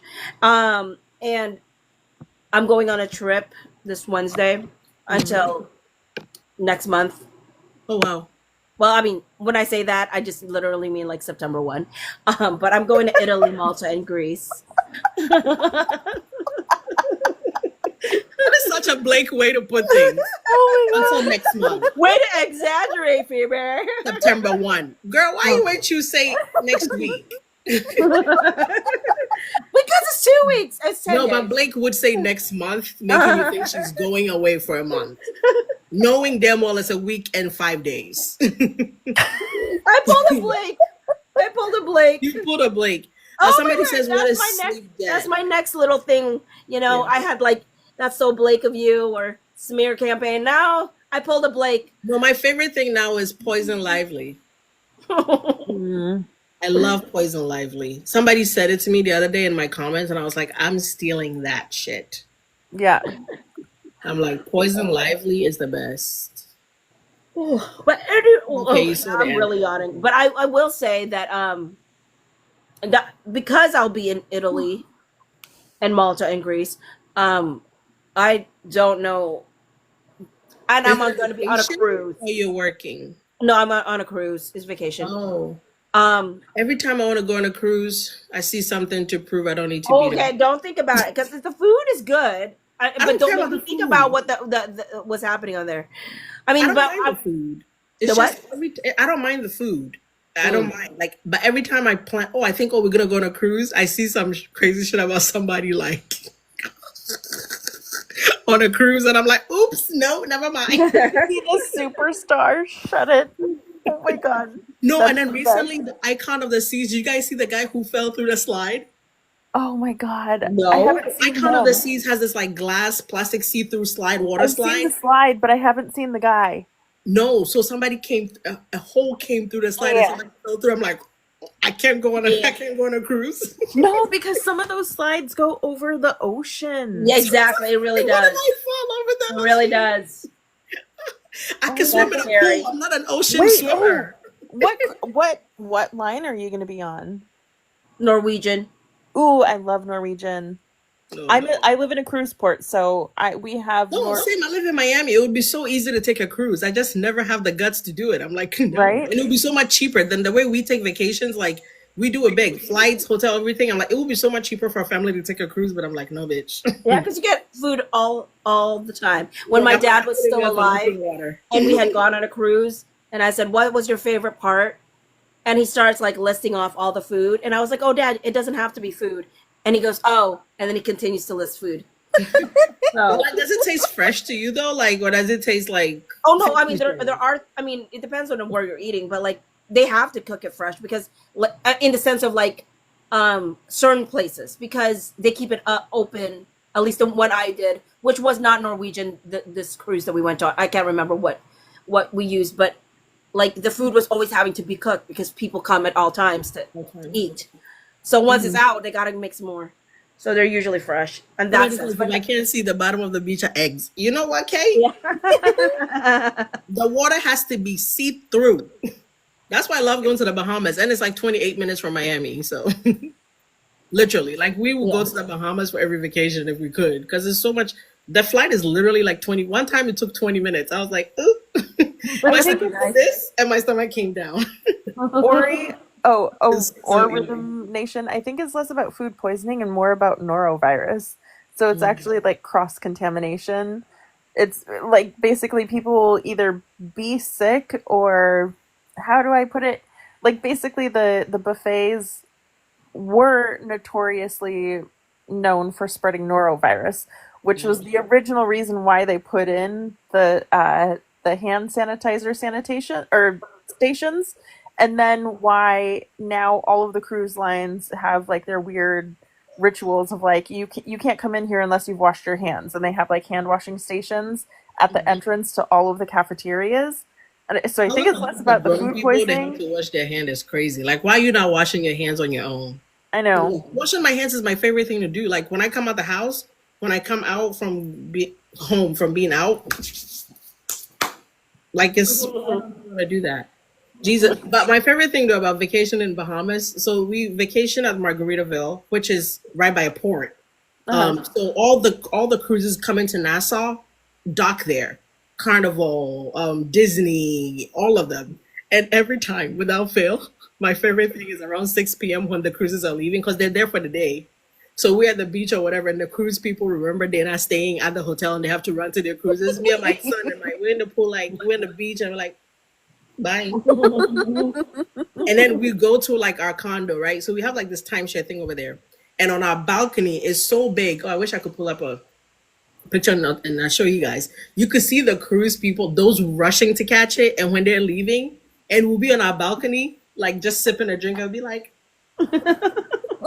we're here for 5 more days, motherfucker. I don't know where you're going, but these here blue waters, I'm here for 5 more days. And I think that's also another reason I never want to go to cruise, because I would hate to find a really cool beach, like a really fun place I want to stick around. And I hear that, I gotta go. No, I don't go. Leave my ass here. I'll catch They the next one. would. They would. No, but then I wish you could just catch the next one, right? Like I wish if I missed the Carnival cruise, like I was on, fine, take my luggage. But like if you leave me, but then it's like now my cost, I have to find my way home. That's crazy. No, but I've seen multiple people get left and they're standing there screaming. They can't hear you. The captain is leaving. You think the captain can hear you from there? No, but I love being on the ground. I don't know that I want to be on the open water for how long? You gone? A week and a half? 2 weeks? 10 days, yeah. The open water? Are you Yo, docking I at one gotta- place for multiple days? With the what? Are you docking at one spot for multiple days? I would have to look at my Yeah, I schedule. wouldn't want to be on the water the whole time. Like, Yeah, I mean, but you're docking definitely, but it's like I just don't know if it's just a day yeah, or because I hate whatnot. that. I hate the time limit. I have to leave and come back. It has to be a day because I've never slept. I've never stayed overnight Yeah, at a location. I've never. I've because always had a day. multiple times on vacation, there's certain days. There's got to be at least 1 or 2 days on vacation that I don't want to do an activity. I hate that. Don't schedule shit. I'm in Yeah. the bed. Get the Yeah. room service. Well, I mean, there's definitely a C days. Yeah, Yeah. like I'm not coming. I don't want to go out, but so I don't know that I would want to be on the. I've never been on one. I want to. I really want to, but I don't want to be boring and just go to the Bahamas and come back because I've been to the Bahamas 100 times. But I feel like just to dip my feet in the cruise waters, I might just have to go to the Bahamas on like Coco Cay and come back to Miami in like 3 days. I'll leave on Friday, be back Sunday. Be like, okay, I'm a cruise girly now. And bring my own groceries the whole time. Okay, I do not want to ruin this party because Girl, I enjoyed this. I gotta edit enjoyed my this. video and post it. You've kept Yeah. me here for 4 hours. Has it been 4 hours? I at That's least so joined you unreal. around. I at least joined you around 1:30, I think, pushing 2, And you're 3 hours ahead, so and it's 5. So we've definitely been here close to 4 hours. I'm a mess. Well, thank you for joining me. and It's you been still let fun. me in here, so I'm It's glad been to finally fun. go live with you, Bocce. So Yeah, excited. yeah. if you It's gotta so tell me your awesome. name is Baki, I'm pissed because I've been saying Bosi. It's bocce. It's bocce go Hawks. Because bocce is an Italian sport. Actually, super excited about the fact that I am going to Italy. Baci, isn't Baci a kiss in Italian? I don't know. Like a Hershey's kiss. Hold on. It's but I'll Boca. if which state are you in? Washington State. Go Hawks. I know my stuff. Wait, could I have seen you when I just went to Tacoma this last week? Probably not, Okay. because I mean, yeah, So I'm this further is north. kiss in Italian is bacio. Oh, But it's kind of Oh. said as like baci. And I know that from did you guys ever watch From Scratch on Netflix? Very sad series, limited The- series. what- what's it Zoe Saldana, From Scratch. Oh no. Oh God, you're gonna bawl your fucking eyes out. Oh, People no. thought that Oxford Year. By the way, very controversial take. Oxford Year was a fucking horrible movie. I was not moved. I didn't care till like 5 minutes in, and I mean 5 minutes to the end, and I was like, oh, okay, so he's dead. But like, I didn't care. I didn't think they had chemistry. I didn't want to see them make out. I wasn't like, oh, I wish that was me. Yeah, I mean, didn't care. I loved him in Queen Elizabeth. Like, did you watch him in Queen Elizabeth? Somebody says, oh my gosh, couldn't finish it. It was horrible. But I was on a plane to New York, and every girl in front of me was like on their phone watching, and I was like, ew. And I had it downloaded, and I refused to be one of them, so I just watched Lost. And then I was like, I'm not gonna be like one of you basic bitches watching Oxford Year on the plane. So I finally watched it yesterday, and the whole time I fell asleep twice. And I don't fall asleep when I watch movies because I'm dedicated. And I was like, I'm sorry. And at first, I couldn't tell when it was set. I thought it was set in the 90s. Then I found out it was supposed to be set in 2025. What the fuck was those costumes? What are they wearing? I get it, they're in England, but the whole time, Raven, is your mouth open because she thought it was set in the 90s? Did you think it was set in the 90s too? Wait, Raven, please confirm. Oh no.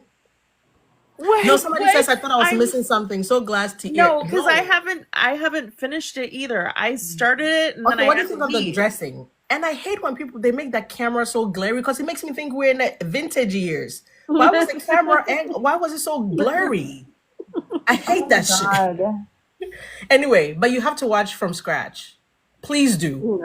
Even if we have to do night lives where you watch it, I'll watch it with you. That's how much I love that show. No, it's a limited It's series. on It's Netflix? yeah, it's on Netflix. Oh. It's Chef's Kiss. Now that's some shit that will make you fucking cry your eyes out. Yeah, I mean, It has Zoe did you Saldana. watch? Did you watch Queen Elizabeth? Is it on Netflix I too? will watch From Scratch. If you I want. watch Queen Wait, Elizabeth. no, not. Is it? Was it Queen Elizabeth? Now that Not you don't know what you're talking about. no, the one that he was in, the guy in the I've show. never seen that dude in my life. That's You've probably. Oh, I've you never would. seen his Oh, work. you would love. It's got to be. Now Queen him, Elizabeth. I was moved by his acting enough to want to check No. his projects out. It was the spinoff of Bridgerton. Was it? Oh, I what thought it was Queen all that Elizabeth. grinning? Thank you, Queen Charlotte. Queen Charlotte. The spinoff of Bridgerton is Queen Charlotte. Okay, have you watched Queen Charlotte? I mean, obviously not, because you did not know he was in there. Somebody said Queen Victoria. You would love Queen Charlotte. Okay, I'll watch it. Okay. But no, Okay, seriously you though, watch All Queen 40 years Charlotte. horrible. I watch From Scratch. Now, mind you, From Scratch is probably shorter. It's super shorter. But Super short. So I will say, watch. How long is From Scratch? Like 7, 8 episodes. It's a limited series. You can Oh, wait a finish that minute. in- Yours is also a series? Yeah, it's a limited series. Okay, so is Queen Charlotte. No, but Queen Charlotte has multiple seasons. No, this is the only season it has available. Really? Yeah. Okay. I know. I'm as a Bridgerton stan, I'm horrified that I did not remember. You know what? I've been so in the whole Justin Baldoni, Blake Lively world Hey. that I literally forgot. I was like, what is it again? Okay, so From Scratch has 8 episodes for sure. I Uh-huh. just double check for you. Let's Okay. check Queen Charlotte. If it's 8 episodes, great. We're literally gonna sit here headphones while you watch From Scratch while I watch Queen Charlotte.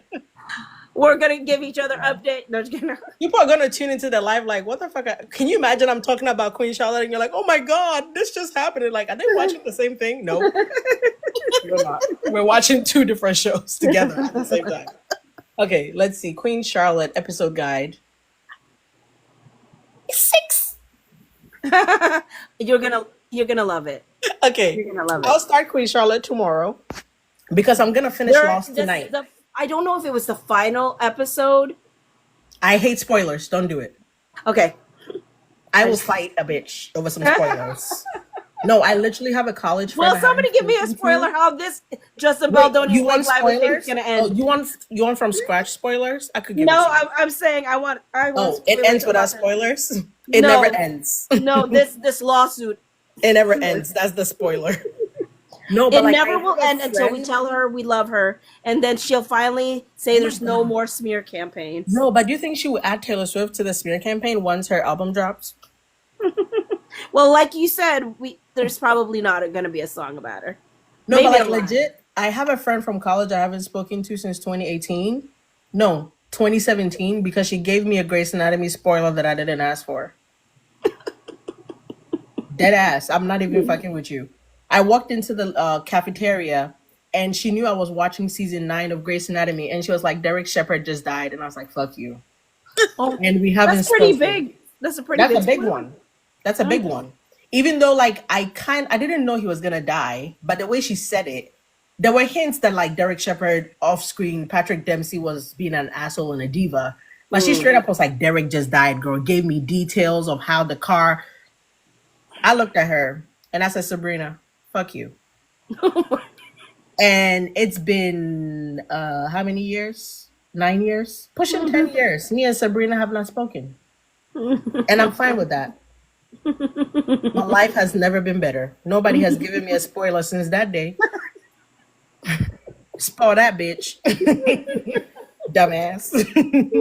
Sabrina, if you're seeing this, you're not a bad person. You just knew what you were doing and you did it. And that's what pissed me off. She knew I wasn't a spoiler person, and she went out of her way to do it. And I can't. You're untrustworthy. Yep. Sometimes Raven, how don't people laugh. show I'm up in the dead small ass. things is how they show up in the big It's things. the principle of the fucking matter. You knew I hated spoilers. Had she just said Derek Shepherd died, I'll be okay. But she was like, the truck hit him when he did a turnabout because his phone fell in Whoa, it. whoa, whoa! Who? Anybody else? First of all, we're in the year of our Lord 2025. If you don't know Derek Shepherd is hella dead by now, I can't fucking help you. I can't fucking help you.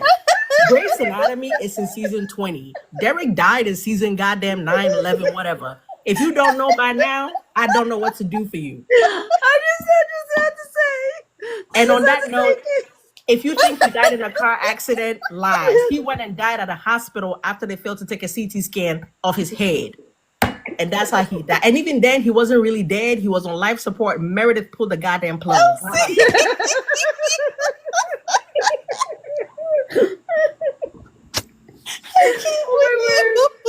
If I had to listen to spoilers, you have to listen to it too. Shit. My word, that was like triple layer death. Actually, he comes back to life when Meredith gets COVID, and Meredith thinks she's Are in you heaven. making this up at this point? Let me finish. And another thing. George comes back to life as well. So does Mark Sloan. So does Lexi.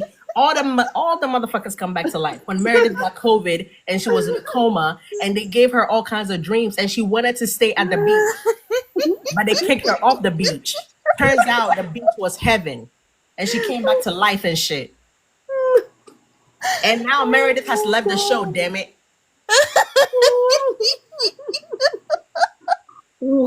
I'm very toxic. I mean, I do not know how we got here, but it was hilarious. Okay, I really need to sleep. For real. Okay. Do you think I care? And I can hit this power button at any time. But you won't though. I don't like being rude. Because Meredith has moved from Seattle and she lives in Boston now with her daughter. She lives in Boston with her daughter. And her daughter is a genius. And now But she cut her off. Hit the power button. Meredith got a new man. She'll never stop. I'll see you tomorrow. I'm hitting it right now. Thank you for having me. I'll be here all week. It's been fun. And what? Bye. And what you gonna do about it? Bye. Oh, and